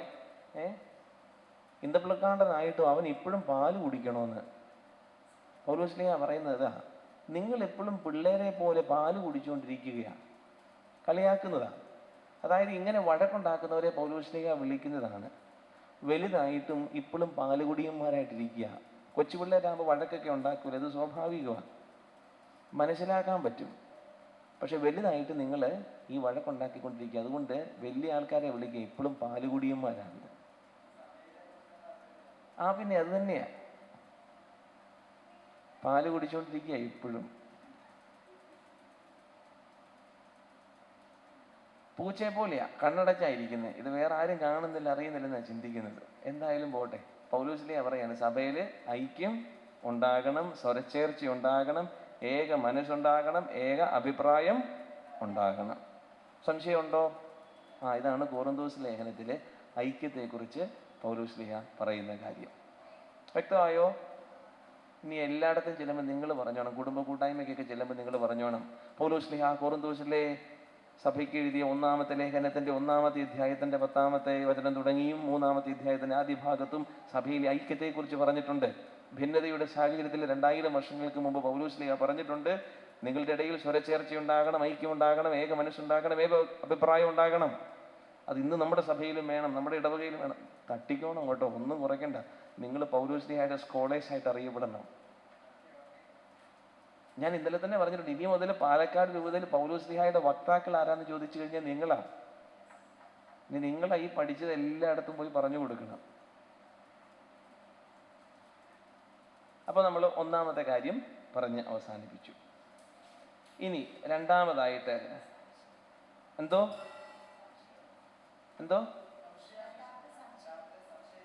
നമുക്ക് സംശയത്തെക്കുറിച്ച് ഇനിയും വഴക്ക് വേറെ ഉണ്ട്, പ്രശ്നങ്ങൾ അവരുടെ ഇടയിൽ വേറെ ഉണ്ട്. ഇവരുടെ ഇടയിൽ ഞാൻ പറഞ്ഞില്ലേ, അവിഹിത ബന്ധങ്ങളാണ് വേറൊരു പ്രശ്നം ഇവരുടെ ഇടയിൽ. അത് പറഞ്ഞ ഭിന്നതയല്ല, ഇവരുടെ ഇടയിലുള്ള അധാർമികതയാണ് ഇവരുടെ വലിയൊരു പ്രശ്നം. ഇത് രണ്ട് പ്രശ്നങ്ങൾ പറഞ്ഞു. 1-ാമത്തേത് ഒരു ഭിന്നത, പല ഭിന്നതകളുണ്ട് കേട്ടോ, വേറെയും ഭിന്നത നമ്മൾ പിന്നെയും കാണും, ഭിന്നതകൾ ഇനിയും ഉണ്ട്. ഇവരുടെ ഇടയിലുള്ള അധാർമികത വലിയ പ്രശ്നമായിരുന്നു. അത് പൗലോസ്ലീഹ തിരുത്തി കൊടുക്കുന്നുണ്ട്. വളരെ മോശമായിട്ടുള്ള അധാർമിക ശൈലിയിൽ ജീവിക്കുന്ന ആൾക്കാർ ഇവരുടെ ഇടയിലുണ്ട്. അസന്മാർഗിക ജീവിതം. അസന്മാർഗിക ജീവിതത്തെക്കുറിച്ചാണ് 5-ാമത്തെ അധ്യായത്തിന്റെ 1 തുടങ്ങി 13 വരെയുള്ള വചനങ്ങൾ വായിക്കുന്നത്. നമുക്കൊന്ന് വായിച്ചു നോക്കാം. 1 കൊറിന്തോസ് 5:1-13.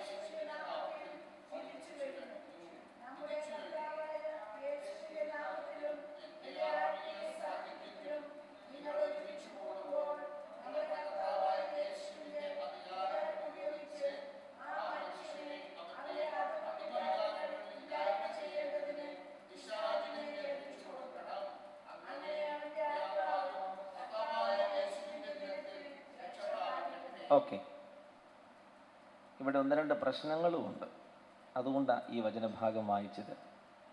അവരുടെ ഇടയിലെ അധാർമികതയാണ് മറ്റൊരു പ്രശ്നം. അധാർമികമായിട്ടുള്ള ഭിന്നതയുണ്ട്, അതുപോലെ തന്നെ സംശയങ്ങളുമുണ്ട്. അതിനോടൊപ്പം തന്നെ ചേർന്ന് പോകുന്ന മറ്റൊരു കാര്യമാണ് ഇവരുടെ ഇടയിലെ അധാർമികത എന്ന് ഞാൻ പറഞ്ഞല്ലോ. മുന്നേ തന്നെ ഞാൻ സൂചിപ്പിച്ചു, കുപ്പിക്കഴുത്തും പ്രശ്നങ്ങളും ഒക്കെ പറഞ്ഞില്ലേ.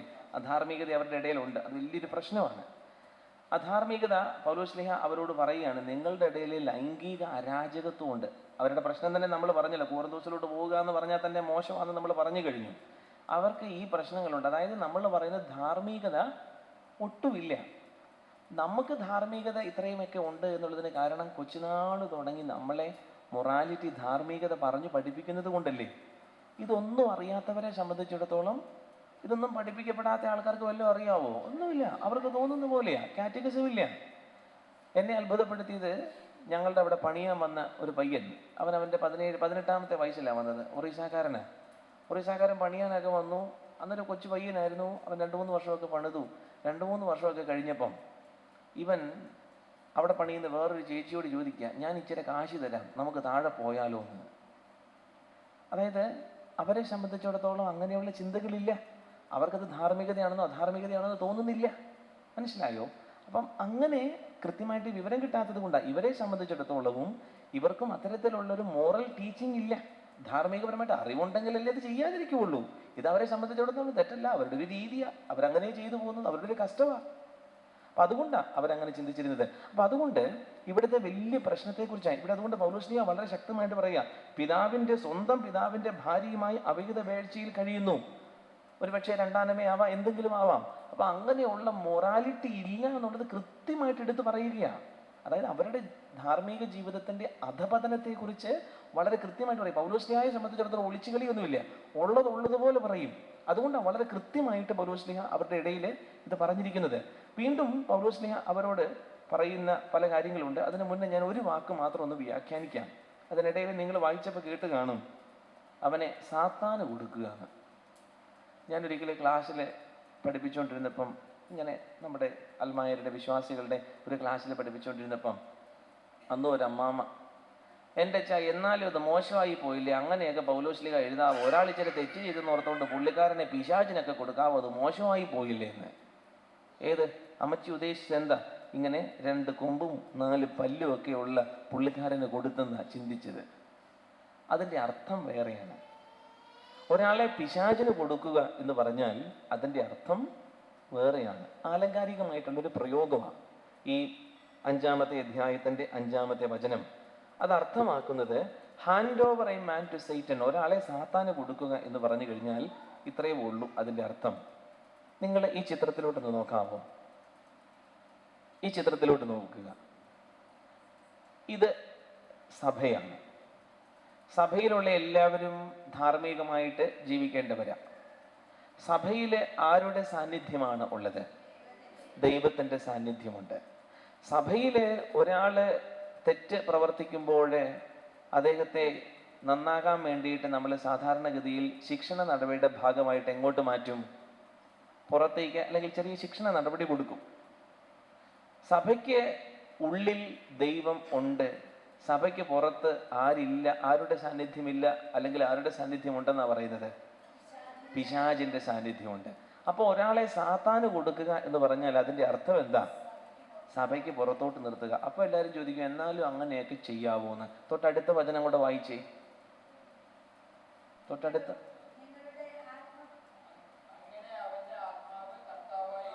അങ്ങനെ അവൻ്റെ ആത്മാവ് കർത്താവിൻ്റെ ദിനത്തിൽ രക്ഷ പ്രാപിക്കുന്നതിന് വേണ്ടിയിട്ടാണ്. എന്തിനു വേണ്ടിയിട്ടാണ് അവനെ പുറത്തേക്ക് നിർത്തുന്നത് എന്ന് ചോദിച്ചാൽ രക്ഷ പ്രാപിക്കുന്നുണ്ട്. ഞാൻ ഏറ്റവും നല്ല ഉദാഹരണം ഇന്നലെയോ മുന്നേ എപ്പോഴും ഞാൻ പറഞ്ഞു, ക്ലാസ്സിൽ വഴക്കുണ്ടാക്കുന്ന ഒരു പയ്യൻ, അവനെ നമ്മൾ പുറത്തിറക്കി നിർത്തുക, അല്ലെങ്കിൽ നിശ്ചിത സമയം കഴിഞ്ഞ് കയറിയാൽ മതി എന്ന് നമ്മൾ പറയും. എന്തിനാ? തിരിച്ച് മിടുക്കനായിട്ട് നല്ലതുപോലെ വരാൻ വേണ്ടിയിട്ടാണ്. ശിക്ഷണ നടപടിയാണ്. ശിക്ഷ എന്നതിനപ്പുറത്ത് ഡിസിപ്ലിനറി ആക്ഷനാണ്. അതായത് അന്നത്തെ കാലത്തെ ഒരു രീതിയായിരുന്നു ഇത്. സഭയ്ക്ക് പുറത്താക്കുക എന്ന് പറഞ്ഞാൽ ഇതാണ് അർത്ഥം. ശിക്ഷണ നടപടിയുടെ ഭാഗമായിട്ട് ഒരാളെ സഭയുടെ പുറത്ത് നിർത്തുക, അല്ലെങ്കിൽ നമ്മൾ പറയുന്ന മഹറോൻ ചൊല്ലുക എന്നൊക്കെ പറയുന്നില്ലേ, അതിൻ്റെ വേറൊരു വേർഷനാണ്. പക്ഷെ ഒരിക്കൽ പോലും സഭ ഇവരെ നഷ്ടപ്പെട്ടു പോകണം, നശിച്ചു പോകണം എന്ന് ആഗ്രഹിക്കുന്നില്ല. ഇവരുടെ രക്ഷ, അതാ പൗലോസ്ലീഹ തൊട്ടടുത്ത വചനത്തിൽ പറയുന്നത്, അവൻ്റെ ആത്മാവ് രക്ഷപ്പെടണം, കർത്താവിൻ്റെ ദിനത്തിൽ രക്ഷപ്പെടണം, അവൻ തിരിച്ചു വരണം, ആ ഒരു ആഗ്രഹമാണ് ഉള്ളത്. അപ്പം അതുകൊണ്ട് ആരെങ്കിലും ഈ വാചകത്തെക്കുറിച്ച് ചോദിച്ചാൽ നിങ്ങൾ വ്യാഖ്യാനിച്ചു കൊടുക്കണം, കർത്താവിൻ്റെ ഈ സഭയിലെ ഒരാളെ പിശാചിനെ ഏൽപ്പിച്ചു കൊടുക്കുക, അതെന്തിനു വേണ്ടിയിട്ടാണ്? ഇവിടെ പറയുന്നുണ്ട് വളരെ കൃത്യമായിട്ട്, യേശുവിന്റെ അധികാരം ഉപയോഗിച്ച് ആ മനുഷ്യനെ അവന്റെ അധമ വികാരങ്ങൾ ഇല്ലായ്മ ചെയ്യേണ്ടതിന്, അതായത് അവന്റെ തെറ്റിനെ പരിഹരിക്കേണ്ടതിന്, അവന്റെ പോരായ്മയെ പരിഹരിക്കുന്നതിന് വേണ്ടിയിട്ടാണ് നമ്മൾ പുറത്തേക്ക് ഇറക്കുന്നത്. ഒരു ശിക്ഷണ നടപടിയാണ്, ഡിസിപ്ലിനറി ആക്ഷൻ. അല്ലാതെ പൗലോസ്ലീഹ ആരെ സാത്താൻ എന്തോ നമുക്ക് തീർച്ചയായിട്ടും ഒരാൾ പശ്ചാത്തപിച്ച് തിരിച്ചു വരാനായിട്ട് ഉണ്ടെങ്കിൽ തീർച്ചയായിട്ടും നമ്മൾ ഇല്ല, ഇപ്പോഴൊന്നുമില്ല. നമ്മൾ എന്നേക്കുമായിട്ട് ഒരാളെ അങ്ങനെ പുറന്തള്ളുകയില്ല. നമ്മൾ പുറത്താക്കുന്നുണ്ട് ചില നടപടികൾ കൊണ്ട്, ഇന്ന കാരണങ്ങൾ കൊണ്ട്. അതെപ്പോഴും ഉണ്ട്. ഉദാഹരണത്തിന് അടുത്ത കാലത്ത് ഒരു അച്ഛനെ സസ്പെൻഡ് ചെയ്തു, ഇന്ന കാരണങ്ങൾ കൊണ്ടാണ്. അച്ഛനോട് പറയും, അച്ഛാ എപ്പോൾ വേണമെങ്കിലും റിപ്പൻറ്റ് ചെയ്ത് തിരിച്ചു വരാനുള്ള അവസരമുണ്ട്. അങ്ങനെയാണ് നമ്മൾ പറയുന്നത്. അത് ശിക്ഷണ നടപടിയുടെ ഭാഗമാണെന്ന് മാത്രമേ ഉള്ളൂ. എന്തോ തീർച്ചയായിട്ടും കേട്ടോ, തീർച്ചയായിട്ടും. തീർച്ചയായിട്ടും കേട്ടോ. ഞാൻ ഇത്രയും പറഞ്ഞു കഴിഞ്ഞപ്പോഴത്തേക്ക് അമ്മമ്മയ്ക്ക് ആശ്വാസമായി.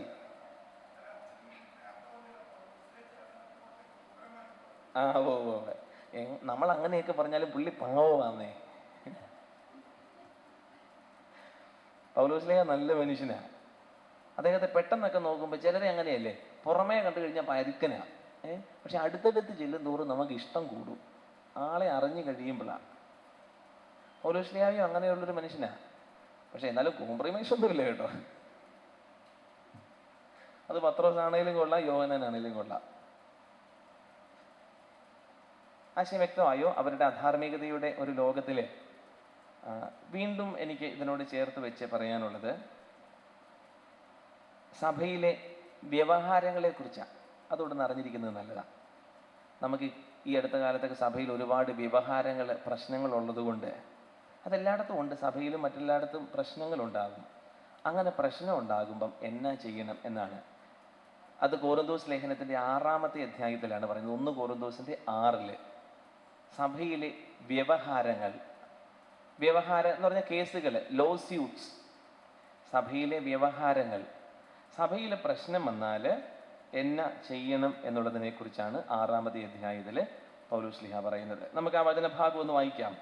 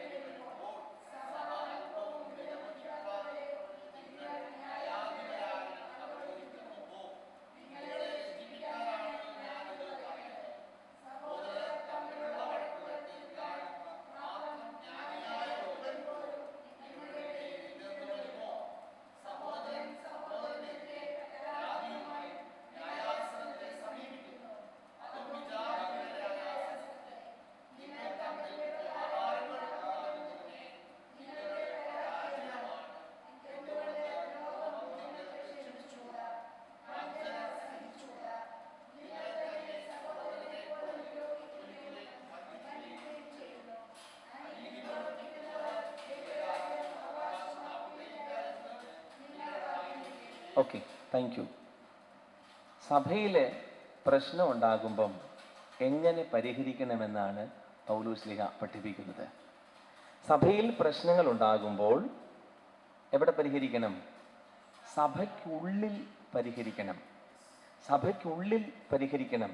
അതിനാണ് പൗലോസ്ലീഹ പറയുന്നത്, വിജാതീയ കോടതികളെ അല്ല നിങ്ങൾ സമീപിക്കേണ്ടത്. വിജാതീയ കോടതികളെ അല്ല നിങ്ങൾ സമീപിക്കേണ്ടത്.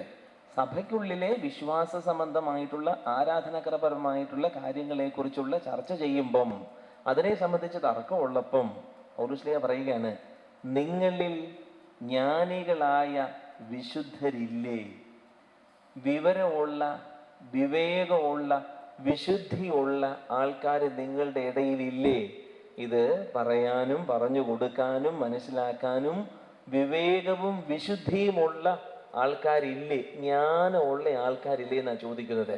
അതാ പറയുന്നത്, വിജാതീയ കോടതികളെ അല്ല നമ്മൾ സമീപിക്കേണ്ടത്. നിങ്ങളുടെ ഇടയിൽ ഈ കാര്യത്തെക്കുറിച്ച് തർക്കം ഉണ്ടാകുമ്പോൾ, ഇനി സിവിലുമായിട്ട് ബന്ധപ്പെട്ട ഒരു കാര്യത്തെക്കുറിച്ചാണെങ്കിൽ അത് സിവിൽ പരമായിട്ടാണ് നടക്കേണ്ടത്, അത് പുറത്തു പോകണം. അതല്ല ഉദ്ദേശിക്കുന്നത്. നിങ്ങളുടെ ഇടയിൽ എന്തെങ്കിലും, നിങ്ങളിൽ ആർക്കെങ്കിലും ഒരു സഹോദരനെ പറ്റി പരാതി ഉണ്ടാകുമ്പോൾ അവൻ വിശുദ്ധരെ സമീപിക്കേണ്ടതിന് പകരം എന്തുമായിക്കൊള്ളട്ടെ, സഭയിലെ അങ്ങനത്തെ പ്രശ്നങ്ങളെ സംബന്ധിച്ച് പരിഹാരം കണ്ടെത്തേണ്ടത് സഭയ്ക്കുള്ളിലാണ്. ഉദാഹരണത്തിന് ഞാൻ ചുമ്മാ പറയാം, വിശുദ്ധ കുർബാനയില് ഈശോയുടെ തിരുശരീരവും തിരുരക്തവും ഈ ഓസ്തിയും മീഞ്ഞും എപ്പോഴാ തിരുശരീരവും തിരുരക്തവുമായി മാറുന്നത് എന്ന് ചോദിച്ച് തർക്കം നടക്കുക. ചുമ്മാ ഒരു ഉദാഹരണം എടുത്തുന്നേ ഉള്ളൂ. തർക്കം വേറെ ഇഷ്ടം പോലെ ഉണ്ട്, അതൊന്നും ഞാൻ പറയുന്നില്ല. ചിലര് പറഞ്ഞു അത് ചെല്ലി തുടങ്ങുമ്പോഴാണ്, ചിലര് പറഞ്ഞു അല്ലാതെ എടുത്തുയർത്തുമ്പോഴാണ്, വേറെ ചിലര് പറഞ്ഞു ഞങ്ങൾ കുറെ കാലമായിട്ട് ഇങ്ങനെയാ, അവസാനം അത് ഉയർത്തുന്ന സമയത്താണ്. ഇത് വിജാതീയ കോടതി കൊണ്ടുചെന്ന് കഴിഞ്ഞാൽ പുള്ളിക്കാരൻ അവിടെ ഇരിക്കുന്നയാൾ വേറെ മതവിഭാഗത്തിൽപ്പെട്ടയാളായിരിക്കും. പുള്ളിക്കുണ്ടോ ഓസ്തിയും മീഞ്ഞും അത് വിശുദ്ധ കുർബാനയും തിരുരക്തവും ആകുന്നു എന്നൊക്കെ പറഞ്ഞാൽ പുള്ളിക്കാരന് വല്ലതും മനസ്സിലാകുമോ? പുള്ളിക്കാരൻ പറയും ഈ ഓസ്തി എടുത്തപ്പോൾ ഇങ്ങനെ ഇരിക്കുന്നു, അത് പിന്നെ നോക്കുമ്പോൾ അങ്ങനെ തന്നെ ഇരിക്കുന്നു, അതുകൊണ്ട് ഓസ്തി ആകുന്നു എന്നല്ലാതെ വേറൊന്നും പുള്ളി പറയുകയില്ല.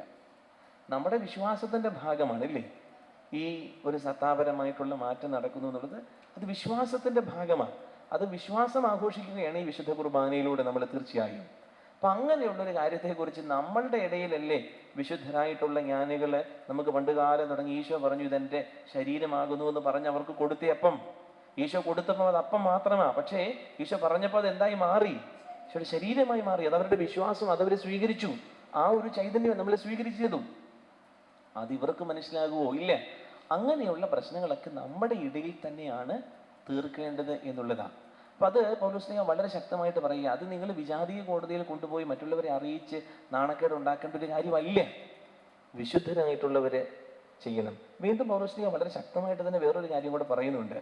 നിങ്ങളുടെ ഇടയിൽ പ്രശ്നങ്ങൾ ഉണ്ടാകുമ്പോൾ നിങ്ങൾക്കൊന്ന് ക്ഷമിച്ചുകൂടെ എന്ന് ചോദിക്കുന്നുണ്ട്. നിങ്ങൾക്കൊന്ന് ക്ഷമിച്ചുകൂടെ എന്ന്, ഇല്ലേ? നമ്മൾ വായിച്ച ഒരു വചനഭാഗത്തുണ്ട്, നിങ്ങൾക്ക് നിങ്ങളുടെ ഒരു സഹോദരനെ കുറിച്ച് പരാതി ഉണ്ടാകുമ്പോൾ നിങ്ങൾ ക്ഷമിച്ചുകൂടെ. 7-ാമത്തെ വചനം, നിങ്ങൾ തമ്മിൽ വ്യവഹാരങ്ങൾ ഉണ്ടാകുന്നത് തന്നെ നിങ്ങളുടെ പരാജയമാണ്. ഓർത്തോണേ, സഭയ്ക്കുള്ളിൽ പ്രശ്നങ്ങൾ ഉണ്ടാകുന്നു എന്ന് പറയുന്നത് തന്നെ നിങ്ങളുടെ പരാജയമാണ്. സഭയില് നിങ്ങൾ തമ്മിൽ പരസ്പരം അങ്ങോട്ടും ഇങ്ങോട്ടും ഓരോ കാര്യത്തെ ചൊല്ലി തൊട്ടതിനെ പിടിച്ചതിനെ ചൊല്ലിയൊക്കെ പ്രശ്നം ഉണ്ടാകുന്നു എന്ന് പറയുന്നത് തന്നെ നിങ്ങളുടെ പരാജയമാണ്. നിങ്ങൾ ശരിക്കും ക്രിസ്ത്യാനിയല്ല, ഈശോയുടെ മാർഗം സ്വീകരിച്ചിട്ടില്ല എന്ന് തന്നെ അതിന്റെ അർത്ഥം. നിങ്ങളുടെ പരാജയമാണ്. വീണ്ടും അദ്ദേഹം ചോദിക്കുകയാണ്, ശരിയാ പ്രശ്നങ്ങളൊക്കെ ഉണ്ടാവും, എന്നാലും നിങ്ങൾക്ക് ഒന്ന് ക്ഷമിച്ചുകൂടെ? ചോദിക്കുന്നത് തന്നെയാണ്, എന്തുകൊണ്ട് ദ്രോഹം നിങ്ങൾക്ക് ക്ഷമിച്ചുകൂടാ? വഞ്ചന സഹിച്ചുകൂടാ? ഒന്ന് ക്ഷമിക്കാനും ഒന്ന് പൊറുക്കാനും ഒന്ന് സഹിക്കാനും ഒക്കെ നിങ്ങൾക്ക് സാധിക്കാൻ പറ്റില്ലേ? അതല്ലേ ക്രിസ്തു നമ്മളെ പഠിപ്പിച്ചത്? അതനുസരിച്ച് മുന്നോട്ട് പോകാൻ പാടില്ലേ എന്നുള്ള ഒരു ചോദ്യമാണ്. സഭയിലെ പ്രശ്നങ്ങൾ ഉണ്ടാകുമ്പോൾ അത് ഉള്ളിൽ തന്നെ പരിഹരിക്കണം. അതിനു വേണ്ടിയിട്ടാണ് പൗലോസ്ലീഹ ചോദിക്കുന്നുണ്ട്, നിങ്ങളുടെ ഇടയിൽ ഇക്കാര്യങ്ങളെ കുറിച്ച് പറയാൻ വേണ്ടിയിട്ട് നിങ്ങളുടെ ഇടയിൽ വിശുദ്ധരായിട്ടുള്ള ജ്ഞാനിയായ ഒരുവൻ സഹോദരർ തമ്മിലുള്ള വഴക്കുകൾ തീർക്കാൻ മാത്രം, 5-ാമത്തെ വാക്യം, സഹോദരർ തമ്മിലുള്ള വഴക്കുകൾ തീർക്കാൻ മാത്രം ജ്ഞാനിയായ ഒരുവൻ പോലും നിങ്ങളുടെ ഇടയിൽ ഇല്ലെന്നു വരുമോ? അതിനു മുന്നേ തന്നെ പറയുന്നുണ്ട്, നിങ്ങളിൽ ആർക്കെങ്കിലും ഒരു സഹോദരനെ പറ്റി പരാതി ഉണ്ടാകുമ്പോൾ അവന് വിശുദ്ധരെ സമീപിക്കേണ്ടതിന് പകരം നീതിരഹിതരായ വിജാതീയരുടെ വിധി തേടാൻ മുതിരുന്നുവോ? അപ്പൊ ആരെ കാണണം? വിശുദ്ധരായ ജ്ഞാനികളെ കാണണം. വിശുദ്ധരായ ജ്ഞാനികളെ, സഭയിലെ വിശുദ്ധരായ ജ്ഞാനികളെ, വിവേകമുള്ളവരെ കണ്ടുമുട്ടണം. അവരാണ് ഈ പ്രശ്നത്തിന്റെ പരിഹാരം. രണ്ടാമതായിട്ട് നമുക്ക് ക്ഷമിക്കാനും പൊറുക്കാനും സഹിക്കാനുമുള്ള മനസ്സുണ്ടാകണം. അങ്ങനെ ഉണ്ടെങ്കിലേ സഭയിലെ പ്രശ്നങ്ങൾ തീരുള്ളൂ. അന്നത്തെ സഭയിലെ പ്രശ്നങ്ങൾ ഇന്നും പലതരത്തിൽ, പല രൂപത്തിൽ, പല ഭാവത്തിൽ, പല വേഷത്തിൽ ഉണ്ട്. നമുക്ക് ആത്മശോധന ചെയ്യാനേ പറ്റുള്ളൂ. എനിക്ക് പ്രത്യേകിച്ച് ചിലതിനൊന്നും ഉത്തരം പറയാനൊന്നും ഉണ്ടാവില്ല, അതുകൊണ്ട് അതിനെക്കുറിച്ചൊന്നും പറയാത്തത്. നമുക്ക് ആത്മശോധന ചെയ്യാനേ ഉള്ളൂ. ജ്ഞാനികളായ വിശുദ്ധരുടെ അഭാവം ഉണ്ട്. അതുപോലെ തന്നെ ക്ഷമിക്കാനും പൊറുക്കാനും മനസ്സില്ലായ്മയുണ്ട്. വ്യത്യസ്തങ്ങളായ താല്പര്യങ്ങൾ അമിതമായിട്ട് കടന്നുകൂടിയിട്ടുണ്ട്. അതുകൊണ്ടാണ് പരാജയം. പൗലോസ്ലീഹ പറയുന്നുണ്ട്, ഇത് നിങ്ങളുടെ പരാജയമാണ്. നമ്മളുടെ പരാജയമായിട്ട് നമ്മൾ കാണേണ്ടതുണ്ട്. എന്തോ അതല്ലേ പറഞ്ഞത്, ഒന്ന് വിശുദ്ധരായിട്ടുള്ള ജ്ഞാനികളായ വിശുദ്ധരെ സമീപിക്കണം, രണ്ട് ക്ഷമിക്കണം. ഇത് രണ്ടിനും തയ്യാറല്ലെങ്കിൽ പിന്നെ പരാജയമായിരിക്കും. അതുകൊണ്ടല്ലേ മുന്നിലും പറയുന്നത് ഏക മനസ്സും ഏക അഭിപ്രായവും സ്വരച്ചേർച്ചയും ഒക്കെ ഉണ്ടാകണമെന്ന് പറയുന്നതിന് കാരണവും ഇതാണ്. ഇത് ഭിന്നതയുടെ ഒരു ഭാഗമാണ് കേട്ടോ. അതായത് ഇവർ തമ്മിൽ വഴക്കുകൾ പല കാര്യത്തെയും കുറിച്ചുണ്ടായ ഭിന്നതയുടെ ഒരു സാഹചര്യമാണ്. സഭയിലെ പല വിഷയങ്ങളെ സംബന്ധിച്ച് ഭിന്നതകൾ ഉണ്ടായപ്പോൾ പൗലോസ് ശ്ലീഹ പറയുന്ന ഒരു വചനമാണ്. എന്തോ? തീർച്ചയായിട്ടും എല്ലായിടത്തും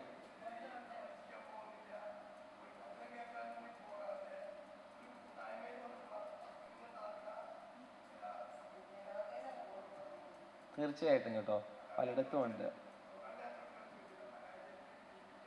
തീർച്ചയായിട്ടും വിജയിപ്പിക്കാനായിട്ടുണ്ടല്ലോ. ഒന്ന് സത്യമായിട്ടും എനിക്ക് പറയാനുള്ളത്, സത്യവിശ്വാസം ഉള്ള ഒരാൾക്ക്, തമ്പുരാനിൽ അടിയുറച്ച് വിശ്വസിക്കുന്ന ഒരാൾക്ക് ഇത്തരത്തിലുള്ള വഴക്കിന് പോകാൻ പറ്റുകയില്ലെന്ന് വിശ്വസിക്കുന്ന ഒരാളാണ് ഞാൻ. ഈ വഴക്കിൻ്റെ പിന്നിൽ എൻ്റെ വ്യക്തിപരമായിട്ടുള്ളൊരു അഭിപ്രായം വിശ്വാസത്തിൻ്റെ അപജയമാണ്.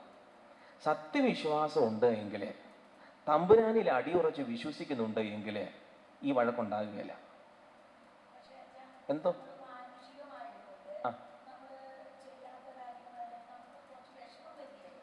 വിഷമമൊക്കെ നമുക്ക് പരിഹരിക്കാമല്ലോ. ഈ വിഷമമൊക്കെ നമ്മൾ പരിഹരിക്കുന്നത് എനിക്ക് മനസ്സിലായി. കുർബാനയുടെ കാര്യത്തിലോട്ടാണ് പോയെന്നുള്ളതിനെ കുറിച്ച് എനിക്ക് മനസ്സിലായി. അതിനെക്കുറിച്ച് പറയാനായിട്ട് ഞാൻ ആഗ്രഹിക്കാത്ത കാര്യമാണ്. ചേച്ചി എനിക്ക് പറയാനുള്ളതേ ഒന്നേ ഉള്ളൂ. നമ്മളെ ഓരോ കാര്യവും നമ്മുടെ കുഞ്ഞുങ്ങളെ പഠിപ്പിക്കുന്നത്, മോനെ കൊച്ച് അങ്ങനെയല്ലേ, നമ്മൾ ഇങ്ങനെയാണ് കൊച്ച് ചെയ്യേണ്ടത്, കൊച്ചിങ്ങനെ ചെയ്യണം എന്നൊക്കെ പറഞ്ഞുകൊണ്ട് നമ്മൾ തിരുത്തലുകൾ കൊടുക്കുകയില്ലേ. അത് നമ്മൾ അവരെ പറഞ്ഞ് എത്രയോ സ്നേഹത്തോടും കരുതലോടും കൂടിയാണ്, നന്മയ്ക്ക് വേണ്ടിയിട്ടല്ലേ നമ്മൾ പറയുന്നത്. നമ്മൾ ആരും മോശമാവാൻ വേണ്ടിയിട്ടൊന്നും ഒരിക്കലും പറയില്ല. നന്നായിട്ട് പോകണം, സ്ഥാപിത താല്പര്യത്തോടു കൂടി ഒന്നുമല്ല പറയുന്നത്. നമ്മളെല്ലാം നന്നാവണം എന്നുള്ളൊരു ആഗ്രഹത്തോടു കൂടിയാണ്.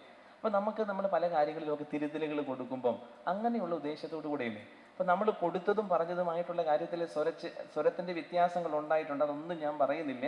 സ്വരവ്യത്യാസങ്ങളൊക്കെ ഉണ്ടായിട്ടുണ്ട്. അത് കൊടുക്കേണ്ടതിൻ്റെ തലങ്ങൾ വേറെയായിരുന്നു. പ്രബോധനപരമായിട്ട് കൊടുക്കേണ്ടതുണ്ടായിരുന്നു. നമ്മൾ എങ്ങനെ ചെയ്യണമെന്നുള്ളതിനെക്കുറിച്ചൊക്കെ പറയേണ്ടതൊക്കെ ഉണ്ടായിരുന്നു. അതൊന്നും വേണ്ട വിധത്തിൽ വന്നില്ല എന്നുള്ളതിനെക്കുറിച്ച് സങ്കടപ്പെടുന്ന ഒരാളാണ് ഞാനും. ഞാൻ ഒരിക്കലും പറയുന്നില്ല. ആരെങ്കിലും പറഞ്ഞു കഴിഞ്ഞാൽ അത് ആരെങ്കിലും കുറ്റപ്പെടുത്തലൊക്കെ ആയിപ്പോൾ. അതുകൊണ്ട് അത് പറയാനേ എനിക്ക് ഇഷ്ടമില്ല. എന്തെങ്കിലുമൊക്കെ കർത്താവേ ഇത് വരട്ടെ എന്ന് ആഗ്രഹിക്കുകയും നന്മയായിട്ട് വരട്ടെ എന്ന് ആഗ്രഹിക്കുന്നതേ ഉള്ളൂ. എനിക്കറിയാം വ്യക്തിപരമായിട്ടുള്ള സെൻറ്റിമെൻറ്റ്സ് ധാരാളം പേർക്ക് ഇതുമായിട്ട് ബന്ധപ്പെട്ടിട്ടുണ്ട്. അപ്പം അതുകൊണ്ട് ഞാൻ അങ്ങനത്തെ വ്യക്തിപരമായിട്ടുള്ള സെൻറ്റിമെൻറ്റ്സിനെ ഒന്നും മുറിവേൽപ്പിക്കാനായിട്ട് ഇഷ്ടപ്പെടാത്തത് കൊണ്ടാണ് ഞാൻ ഇതിനെക്കുറിച്ച് പറയാത്തത്. തീർച്ചയായും പക്ഷേ സഭയിൽ നന്മ ഉണ്ടാകണം എന്നുള്ളതാണ് നമ്മൾ ആഗ്രഹിക്കുന്നത്. വിട്ടുവീഴ്ചകളൊക്കെ എപ്പോഴാണ് വരുത്തുന്നത്? നന്മ ഉണ്ടാകണം സഭയിൽ എന്ന് ആഗ്രഹിക്കുമ്പോഴാണ്, ഇല്ലേ? അപ്പം അത് തീർച്ചയായിട്ടും അത് ആണ് അതിൻ്റെ ഒരു. ദമ്പതികൾ തമ്മിലാണെങ്കിൽ നമ്മൾ പറയില്ലേ, വിട്ടുവീഴ്ചയും പരസ്പരമുള്ള വിധേയത്വവും സഹകരണവും അങ്ങനെയെങ്കിലേ വിജയിക്കുകയുള്ളൂ. അപ്പം അതാണ് അതിൻ്റെ ഒരു രീതി. ഞാൻ പിന്നീട് വിവാഹത്തെക്കുറിച്ച് പറയും. നമുക്ക്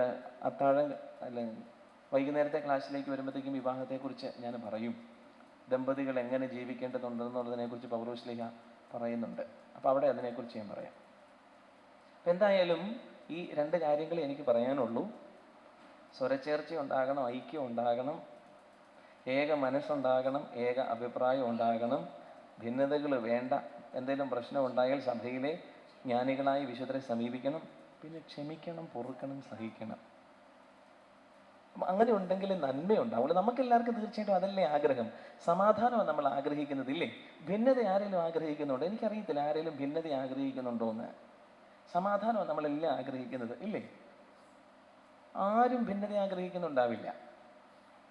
അപ്പം അങ്ങനെ സമാധാനം ഉണ്ടാകണമെങ്കിൽ ചിലപ്പോൾ വിട്ടുവീഴ്ചകൾ ഉണ്ടാവണം, സഹനം, ക്ഷമയൊക്കെ ആവശ്യമായിട്ടുണ്ട്. അതാ പൗലോസ് ശ്ലീഹ പറഞ്ഞത്.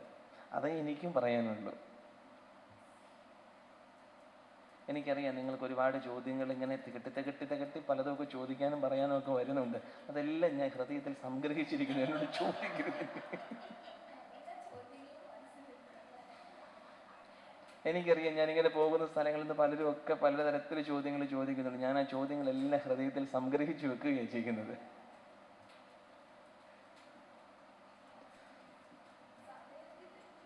പൂർത്തിയിലെല്ലാം ആവും, ശരിയാവും.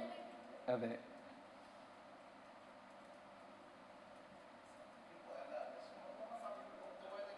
എന്തോ?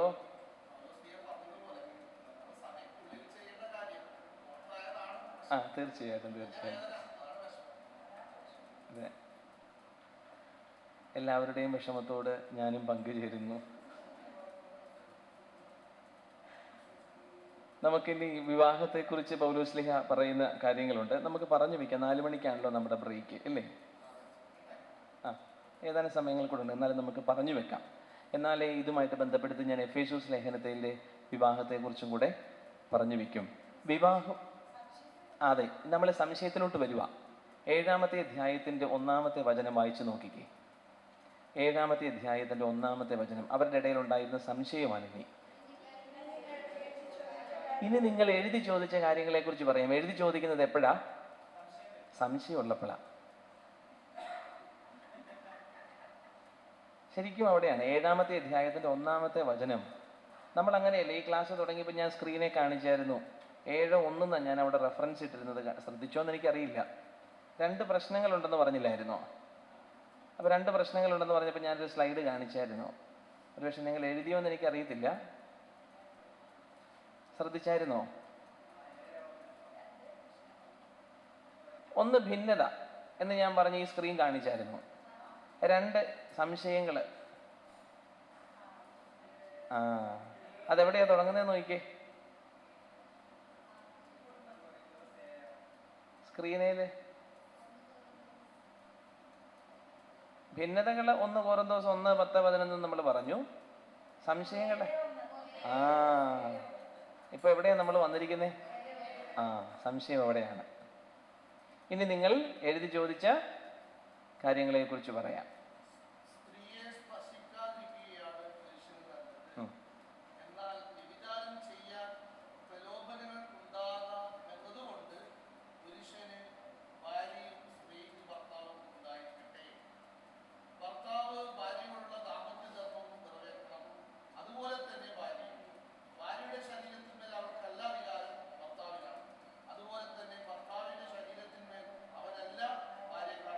ആയിക്കോട്ടെ, താങ്ക് യു.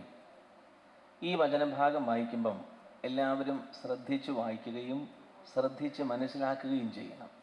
അതെന്താണെന്ന് ചോദിച്ചാൽ, എൻ്റെ പൗലോസ്ലീഹ ഒരുപാട് ദുരാരോപണങ്ങളും പഴികളും കേട്ട ഒരു വചനഭാഗമായത്. ചിലർ വന്നിട്ട് ചോദിക്കും, എന്നാലും പൗലോസ്ലീഹ എന്നെ പരിപാടി കാണിച്ച് പുള്ളി ഇങ്ങനെയൊക്കെ പറയാവോ? സ്ത്രീയെ പുരുഷൻ സ്പർശിക്കാതിരിക്കുകയാണ് നല്ലത്, പുള്ളി അങ്ങനെയൊക്കെ പറയാവോ? ഇല്ലേ? എല്ലാവരും ചോദിക്കും. കാരണം വചനത്തിൽ അങ്ങനെ എഴുതി വെച്ചിരിക്കുന്നത്.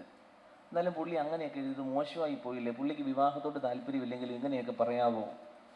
പുള്ളി വിവാഹം കഴിച്ചിട്ടില്ലാത്തതുകൊണ്ടായിരിക്കും അങ്ങനെ എഴുതിയത് എന്ന് പറഞ്ഞ് പുള്ളിക്കാരനെ പറയാത്തതൊന്നുമില്ല.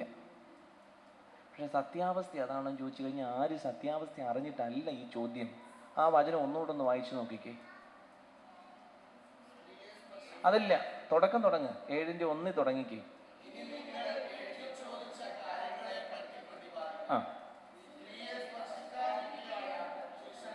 ഫുൾ സ്റ്റോപ്പ് ഉണ്ടോ അവിടെ? എന്നിട്ട് അടുത്തത് തുടങ്ങുന്നത് എങ്ങനെയാ? എന്നാൽ. നിർത്തിക്കേ. അപ്പൊ ഇതാരാ എഴുതി ചോദിച്ചത്? കോറിന്തോസുകാർ എഴുതി ചോദിച്ച ചോദ്യമാ ഇത്. നമ്മൾ മലയാളത്തിൽ ഇൻവേർട്ടഡ് കോമ ഇടാൻ വിട്ടുപോയത് കൊണ്ടാണ് പറ്റിപ്പോയത്. ഇംഗ്ലീഷിൻ്റെ അകത്ത് ഇൻവേർട്ടഡ് കോമയിൽ അവർ ഇട്ടിട്ടുണ്ട്. ഇനി നിങ്ങൾ എഴുതി ചോദിച്ച കാര്യങ്ങളെക്കുറിച്ച് പ്രതിപാദിക്കാം. അവരെഴുതി ചോദിച്ചത് എന്നതാ? സ്ത്രീയെ പുരുഷൻ സ്പർശിക്കാതിരിക്കുകയാണ് നല്ലത്. അതിന് കാരണം എന്താണെന്ന് ഞാൻ പറയാം. കോറിന്തിലെ സഭയിൽ കുറേയേറെ ആൾക്കാരുണ്ടായിരുന്നു. അവർ പലതരത്തിലുള്ള രീതികൾ ഉള്ളവരുണ്ടായിരുന്നു. അവരുടെ ഇടയിൽ ഒരു കൂട്ടർ ഉണ്ടായിരുന്നു. അവർ വിവാഹത്തിനെതിരാണ്. വിവാഹം വേണ്ട എന്ന് പറയുന്ന ഒരു വിഭാഗം ആൾക്കാർ അവരുടെ ഇടയിലുണ്ട്. വേറെ ഒരു കൂട്ടർ പറഞ്ഞു വിവാഹം കഴിച്ചു, പക്ഷെ ദാമ്പത്യ ബന്ധം പാടില്ല. അപ്പം അവർ പറഞ്ഞു പുരുഷൻ സ്ത്രീയെ സ്പർശിക്കാതിരിക്കുകയാണ് നല്ലത്. അങ്ങനെയുള്ള കാഴ്ചപ്പാട് പുലർത്തുന്ന ഒരു പറ്റം ആൾക്കാരുണ്ട്. അങ്ങനെയുള്ള വിവരം പൗലോസ്ലിഹായ്ക്ക് മനസ്സിലായി. അപ്പം അവർ എഴുതി ചോദിച്ചൊരു കാര്യമാണ്, പുരുഷൻ സ്ത്രീയെ സ്പർശിക്കണോ? അപ്പം അങ്ങനെയുള്ള എഴുതി ചോദിച്ച ആ ചോദ്യത്തിൻ്റെ ഉത്തരം അടുത്ത വചനം തുടങ്ങുന്നത് എങ്ങനെയാ നോക്കിക്കേ.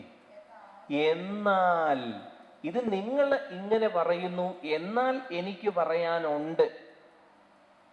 അടുത്ത് പറയുന്നതിലും ഇച്ചിരി സംശയങ്ങൾ വേറെ ഉണ്ട്, അത് പറയാം എന്തുകൊണ്ട് അങ്ങനെ പറഞ്ഞതെന്ന്. ഇവിടെ ചോദിക്കുന്നത് ഇതാണ്, ഇനി നിങ്ങൾ എഴുതി ചോദിച്ച കാര്യങ്ങളെ കുറിച്ച് പറയാം. അതുകൊണ്ട് ഇനി നിങ്ങൾ എവിടെ ചെന്നാലും പറയണം ഇത് പൗലോസ്ലിഹ പറഞ്ഞതല്ല, മറിച്ച് പൗലോസ്ലിഹായോട് എഴുതി ചോദിച്ചതാ. കോറിന്തിലെ ഒരു പ്രത്യേക ഗ്രൂപ്പ് പൗലോസ്ലിഹായോട് എഴുതി ചോദിച്ചതാ, അല്ലെങ്കിൽ അവരുടെ കാഴ്ചപ്പാട് അതായിരുന്നു. സ്ത്രീയെ പുരുഷൻ സ്പർശിക്കാതിരിക്കുകയാണ് നല്ലത്, വിവാഹം വേണ്ട, അല്ലെങ്കിൽ വിവാഹത്തിന്റെ ദാമ്പത്യ ബന്ധം വേണ്ട എന്ന് പറയുന്ന ഒരു ഗ്രൂപ്പ് അവിടെ ഉണ്ടായിരുന്നു. അവരുടെ ചോദ്യത്തിനുള്ള ഉത്തരമായിട്ട് പൗലോസ്ലിഹ ഇവരോട് പറയുകയാണ്. ഇനിയും ഓർത്ത് നോക്കണം, പൗലോസ്ലിഹ അടുത്തത് പറഞ്ഞത് കൊള്ളായിരുന്നു, പക്ഷേ അതൊരു താങ്ങി പറഞ്ഞ പോലെ ചിലപ്പോൾ ചിലർക്ക് തൂങ്ങും. ഒന്ന് നോക്കിക്കേ, അടുത്ത വചനം എങ്ങനെയാ തുടങ്ങുന്നത്? എന്നാൽ വ്യഭിചാരം ചെയ്യാൻ പ്രലോഭനങ്ങൾ ഉണ്ടാകുമെന്നതുകൊണ്ട് പുരുഷന് ഭാര്യയും സ്ത്രീക്ക് ഭർത്താവും ഉണ്ടായിരിക്കട്ടെ. എന്നെ അങ്ങനെയൊക്കെ പറയുന്ന പൗലോസ്ലിഹ അങ്ങനെയൊക്കെ പറയാവോ? കല്യാണം കഴിക്കുന്നവർ അങ്ങനെയൊക്കെ കൊണ്ടാണോ കല്യാണം കഴിക്കാൻ പോകുന്നത്? അങ്ങനെയൊക്കെ പറയാവോ? വ്യഭിചാരങ്ങൾ ഉണ്ടാവും, പ്രലോഭനം ഉണ്ടാവും എന്നുള്ളത് കൊണ്ടാണോ കല്യാണം കഴിക്കുന്നത് എന്ന് ചിലർ ചോദിക്കും. ഇവിടെയാണ് നമ്മൾ മനസ്സിലാക്കേണ്ട പ്രധാനപ്പെട്ട ഒരു കാര്യം. കോറിന്തിന്റെ പശ്ചാത്തലം അധാർമികതയുടെ പശ്ചാത്തലമാണെന്ന് നമ്മൾ പറഞ്ഞു. അവർക്കെല്ലാവർക്കും ഇമ്മോറൽ ലൈഫാണ് അവരുടെ പ്രത്യേകത. അവരെല്ലാവരും ഇത്തരത്തിലുള്ള വ്യാപാരങ്ങളിലേക്ക് പോകുന്നവരുമാണ്. അപ്പം അതുകൊണ്ട് പൗലോസ്ലിഹ പറയാം, നിങ്ങൾ വെറുതെ ഇതിന് പോകുന്നതിൽ പകരം നിങ്ങൾക്ക് ഭാര്യയും ഭർത്താവും ഉണ്ടായിരിക്കട്ടെ എന്ന് കൃത്യമായിട്ട് പറയുക. അതുകൊണ്ട് അല്ലെങ്കിൽ നിങ്ങൾക്ക് എന്താ സംഭവിക്കുന്നത്?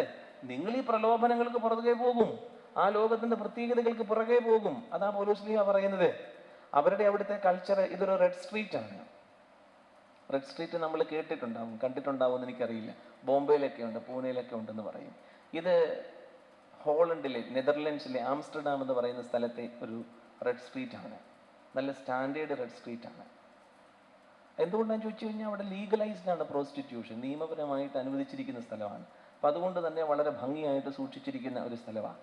കോറിന്തിലും ഇതുപോലെ തന്നെ ഇത്തരത്തിലുള്ള വ്യഭിചാരത്തിന്റെ ശാലകൾ ധാരാളം ഉണ്ടായിരുന്നത് കൊണ്ടും അധാർമികത അവിടെ ഉണ്ടായിരുന്നത് കൊണ്ടും അവരെല്ലാവരും അങ്ങനെ പോകുമായിരുന്നു. അതുകൊണ്ടാണ് പൗലോസ്ലിഹ ഇവിടെ പറയുന്നത്, വ്യഭിചാരം ചെയ്യാൻ പ്രലോഭനങ്ങൾ ഉണ്ടാകുമെന്നുള്ളത് കൊണ്ട് പുരുഷന് ഭാര്യയും സ്ത്രീക്ക് ഭർത്താവും ഉണ്ടായിരിക്കട്ടെ. അതുകൊണ്ട് വ്യഭിചാരത്തിന് പുറകെ അല്ല പോകണം, നിങ്ങൾ വിവാഹം കഴിച്ച് ജീവിക്കണം. തൊട്ടടുത്ത വചനം കൂടെ ശ്രദ്ധിച്ചേ, ഭർത്താവ്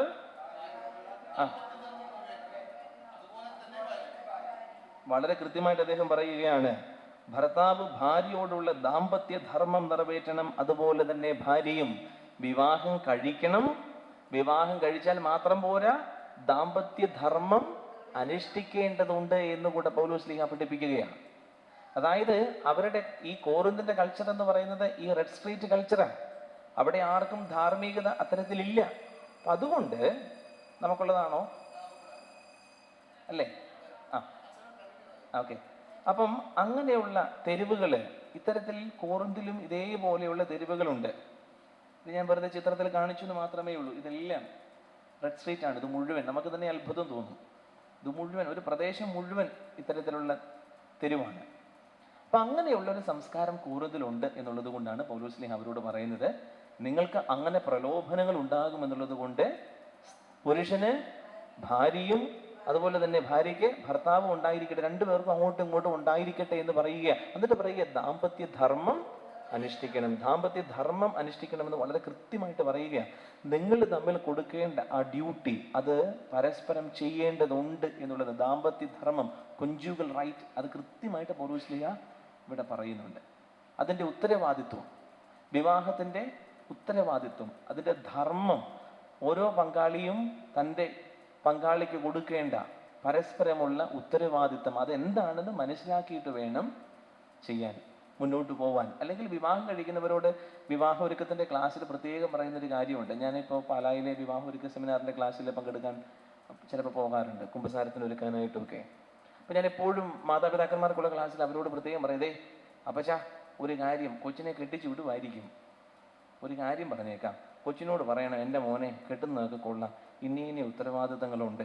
അത് നമ്മൾ പറഞ്ഞു കൊടുക്കണം. നമ്മൾ പറഞ്ഞു കൊടുത്തില്ല വേറെ ആരെങ്കിലും പറഞ്ഞു കൊടുക്കുമോ? ആരും പറഞ്ഞു കൊടുക്കില്ല. അത് പേരൻസിൻ്റെ ഒരു ഡ്യൂട്ടിയാണ് കുഞ്ഞുങ്ങളെ സംബന്ധിച്ചിടത്തോളം.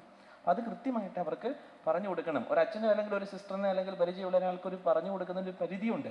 പക്ഷേ ഒരു കുടുംബത്തിലെ അപ്പൻ അമ്മ എന്നുള്ള നിലയിൽ അവർ പറഞ്ഞു കൊടുക്കണം ഈ ദാമ്പത്യ ധർമ്മത്തെക്കുറിച്ച്, അതിൻ്റെ ഉത്തരവാദിത്തങ്ങളെക്കുറിച്ച്, അതിൻ്റെ കടമകളെക്കുറിച്ച്. ഒരുപക്ഷെ നമുക്കൊക്കെ അത്ര എളുപ്പമല്ല. ഇന്നത്തെ പിള്ളേർ ഇങ്ങോട്ട് പോടാന്ന് പറയുമ്പോൾ അങ്ങോട്ട് പോവുകയും അപ്പൻ എന്നെ എന്നോട് ഇത് പറയാൻ അവകാശം എന്നൊക്കെ ചോദിക്കുകയും ചെയ്യുന്നൊരു കാലഘട്ടമാണ്.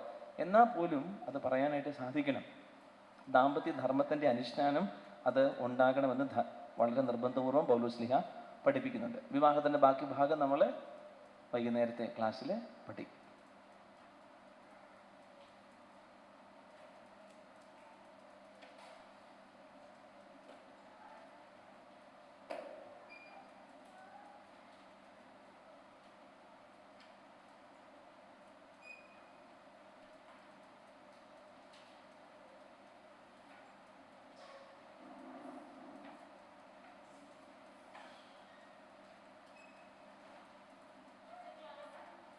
എത്ര മണിക്കാണ് നമുക്ക്? 6 മണിയാണോ 6:30 എങ്ങനെയാണ്? പ്രാർത്ഥനകളോ അങ്ങനെ വല്ലതും ഉണ്ടോ വൈകുന്നേരം?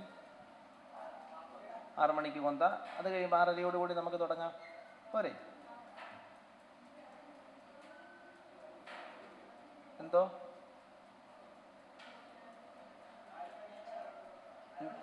എന്തോ അങ്ങനെയാണോ? 4 മണിക്ക് ഇല്ലായിരിക്കും. അച്ഛൻ പുറത്ത് പോകണമെന്ന് എന്തോ പറഞ്ഞത്. ഞങ്ങൾ പുറത്ത് പോകും. ഇപ്പോൾ ഒരു അച്ഛനെ കാണാൻ വേണ്ടിയിട്ട് പോകും. 6 മണിക്ക് നിങ്ങൾ വരുന്നു. ധ്യാനിക്കുക പൗലോസ്ലീഹായെ കുറിച്ച് കേട്ടോ. നല്ലതേ ധ്യാനിക്കാവുള്ളൂ. എനിക്കറിയാം അങ്ങനെ ചെയ്യുമല്ലെന്ന്. ആ ആ ആ ആ ആ അല്ലല്ലല്ലല്ലല്ല. അതായത് നമുക്ക് പഴയ നിയമ പാരമ്പര്യവുമായിട്ട് യാതൊരു ബന്ധവുമില്ലെന്ന് പറയാൻ വേണ്ടിയിട്ടാണ്. തിമോത്തിയെ അത് പ്ലീസ് ചെയ്യാൻ വേണ്ടിയിട്ടല്ല. അത് അന്നത്തെ ഒരു സാഹചര്യത്തിന് വേണ്ടിയിട്ട് പുള്ളി അനുവദിച്ചു എന്ന് മാത്രമേ ഉള്ളൂ. പുള്ളി ചെയ്തു എന്ന് പറഞ്ഞെങ്കിൽ പുള്ളി ആയിരിക്കില്ല അത് ചെയ്തത്. അങ്ങനെയുള്ളൊരു എക്സെപ്ഷൻ അനുവാദം കൊടുത്തു. അതായത് ആ കൊച്ച് ഇതായിരുന്നു. അപ്പം നമ്മൾ പറയല്ലേ, അപ്പനും അമ്മ ഇതാണെങ്കിൽ കൊച്ചിന് മാമോദിസ കൊടുക്കാമെന്ന് ചോദിച്ചതുപോലുള്ളൊരു അനുവാദം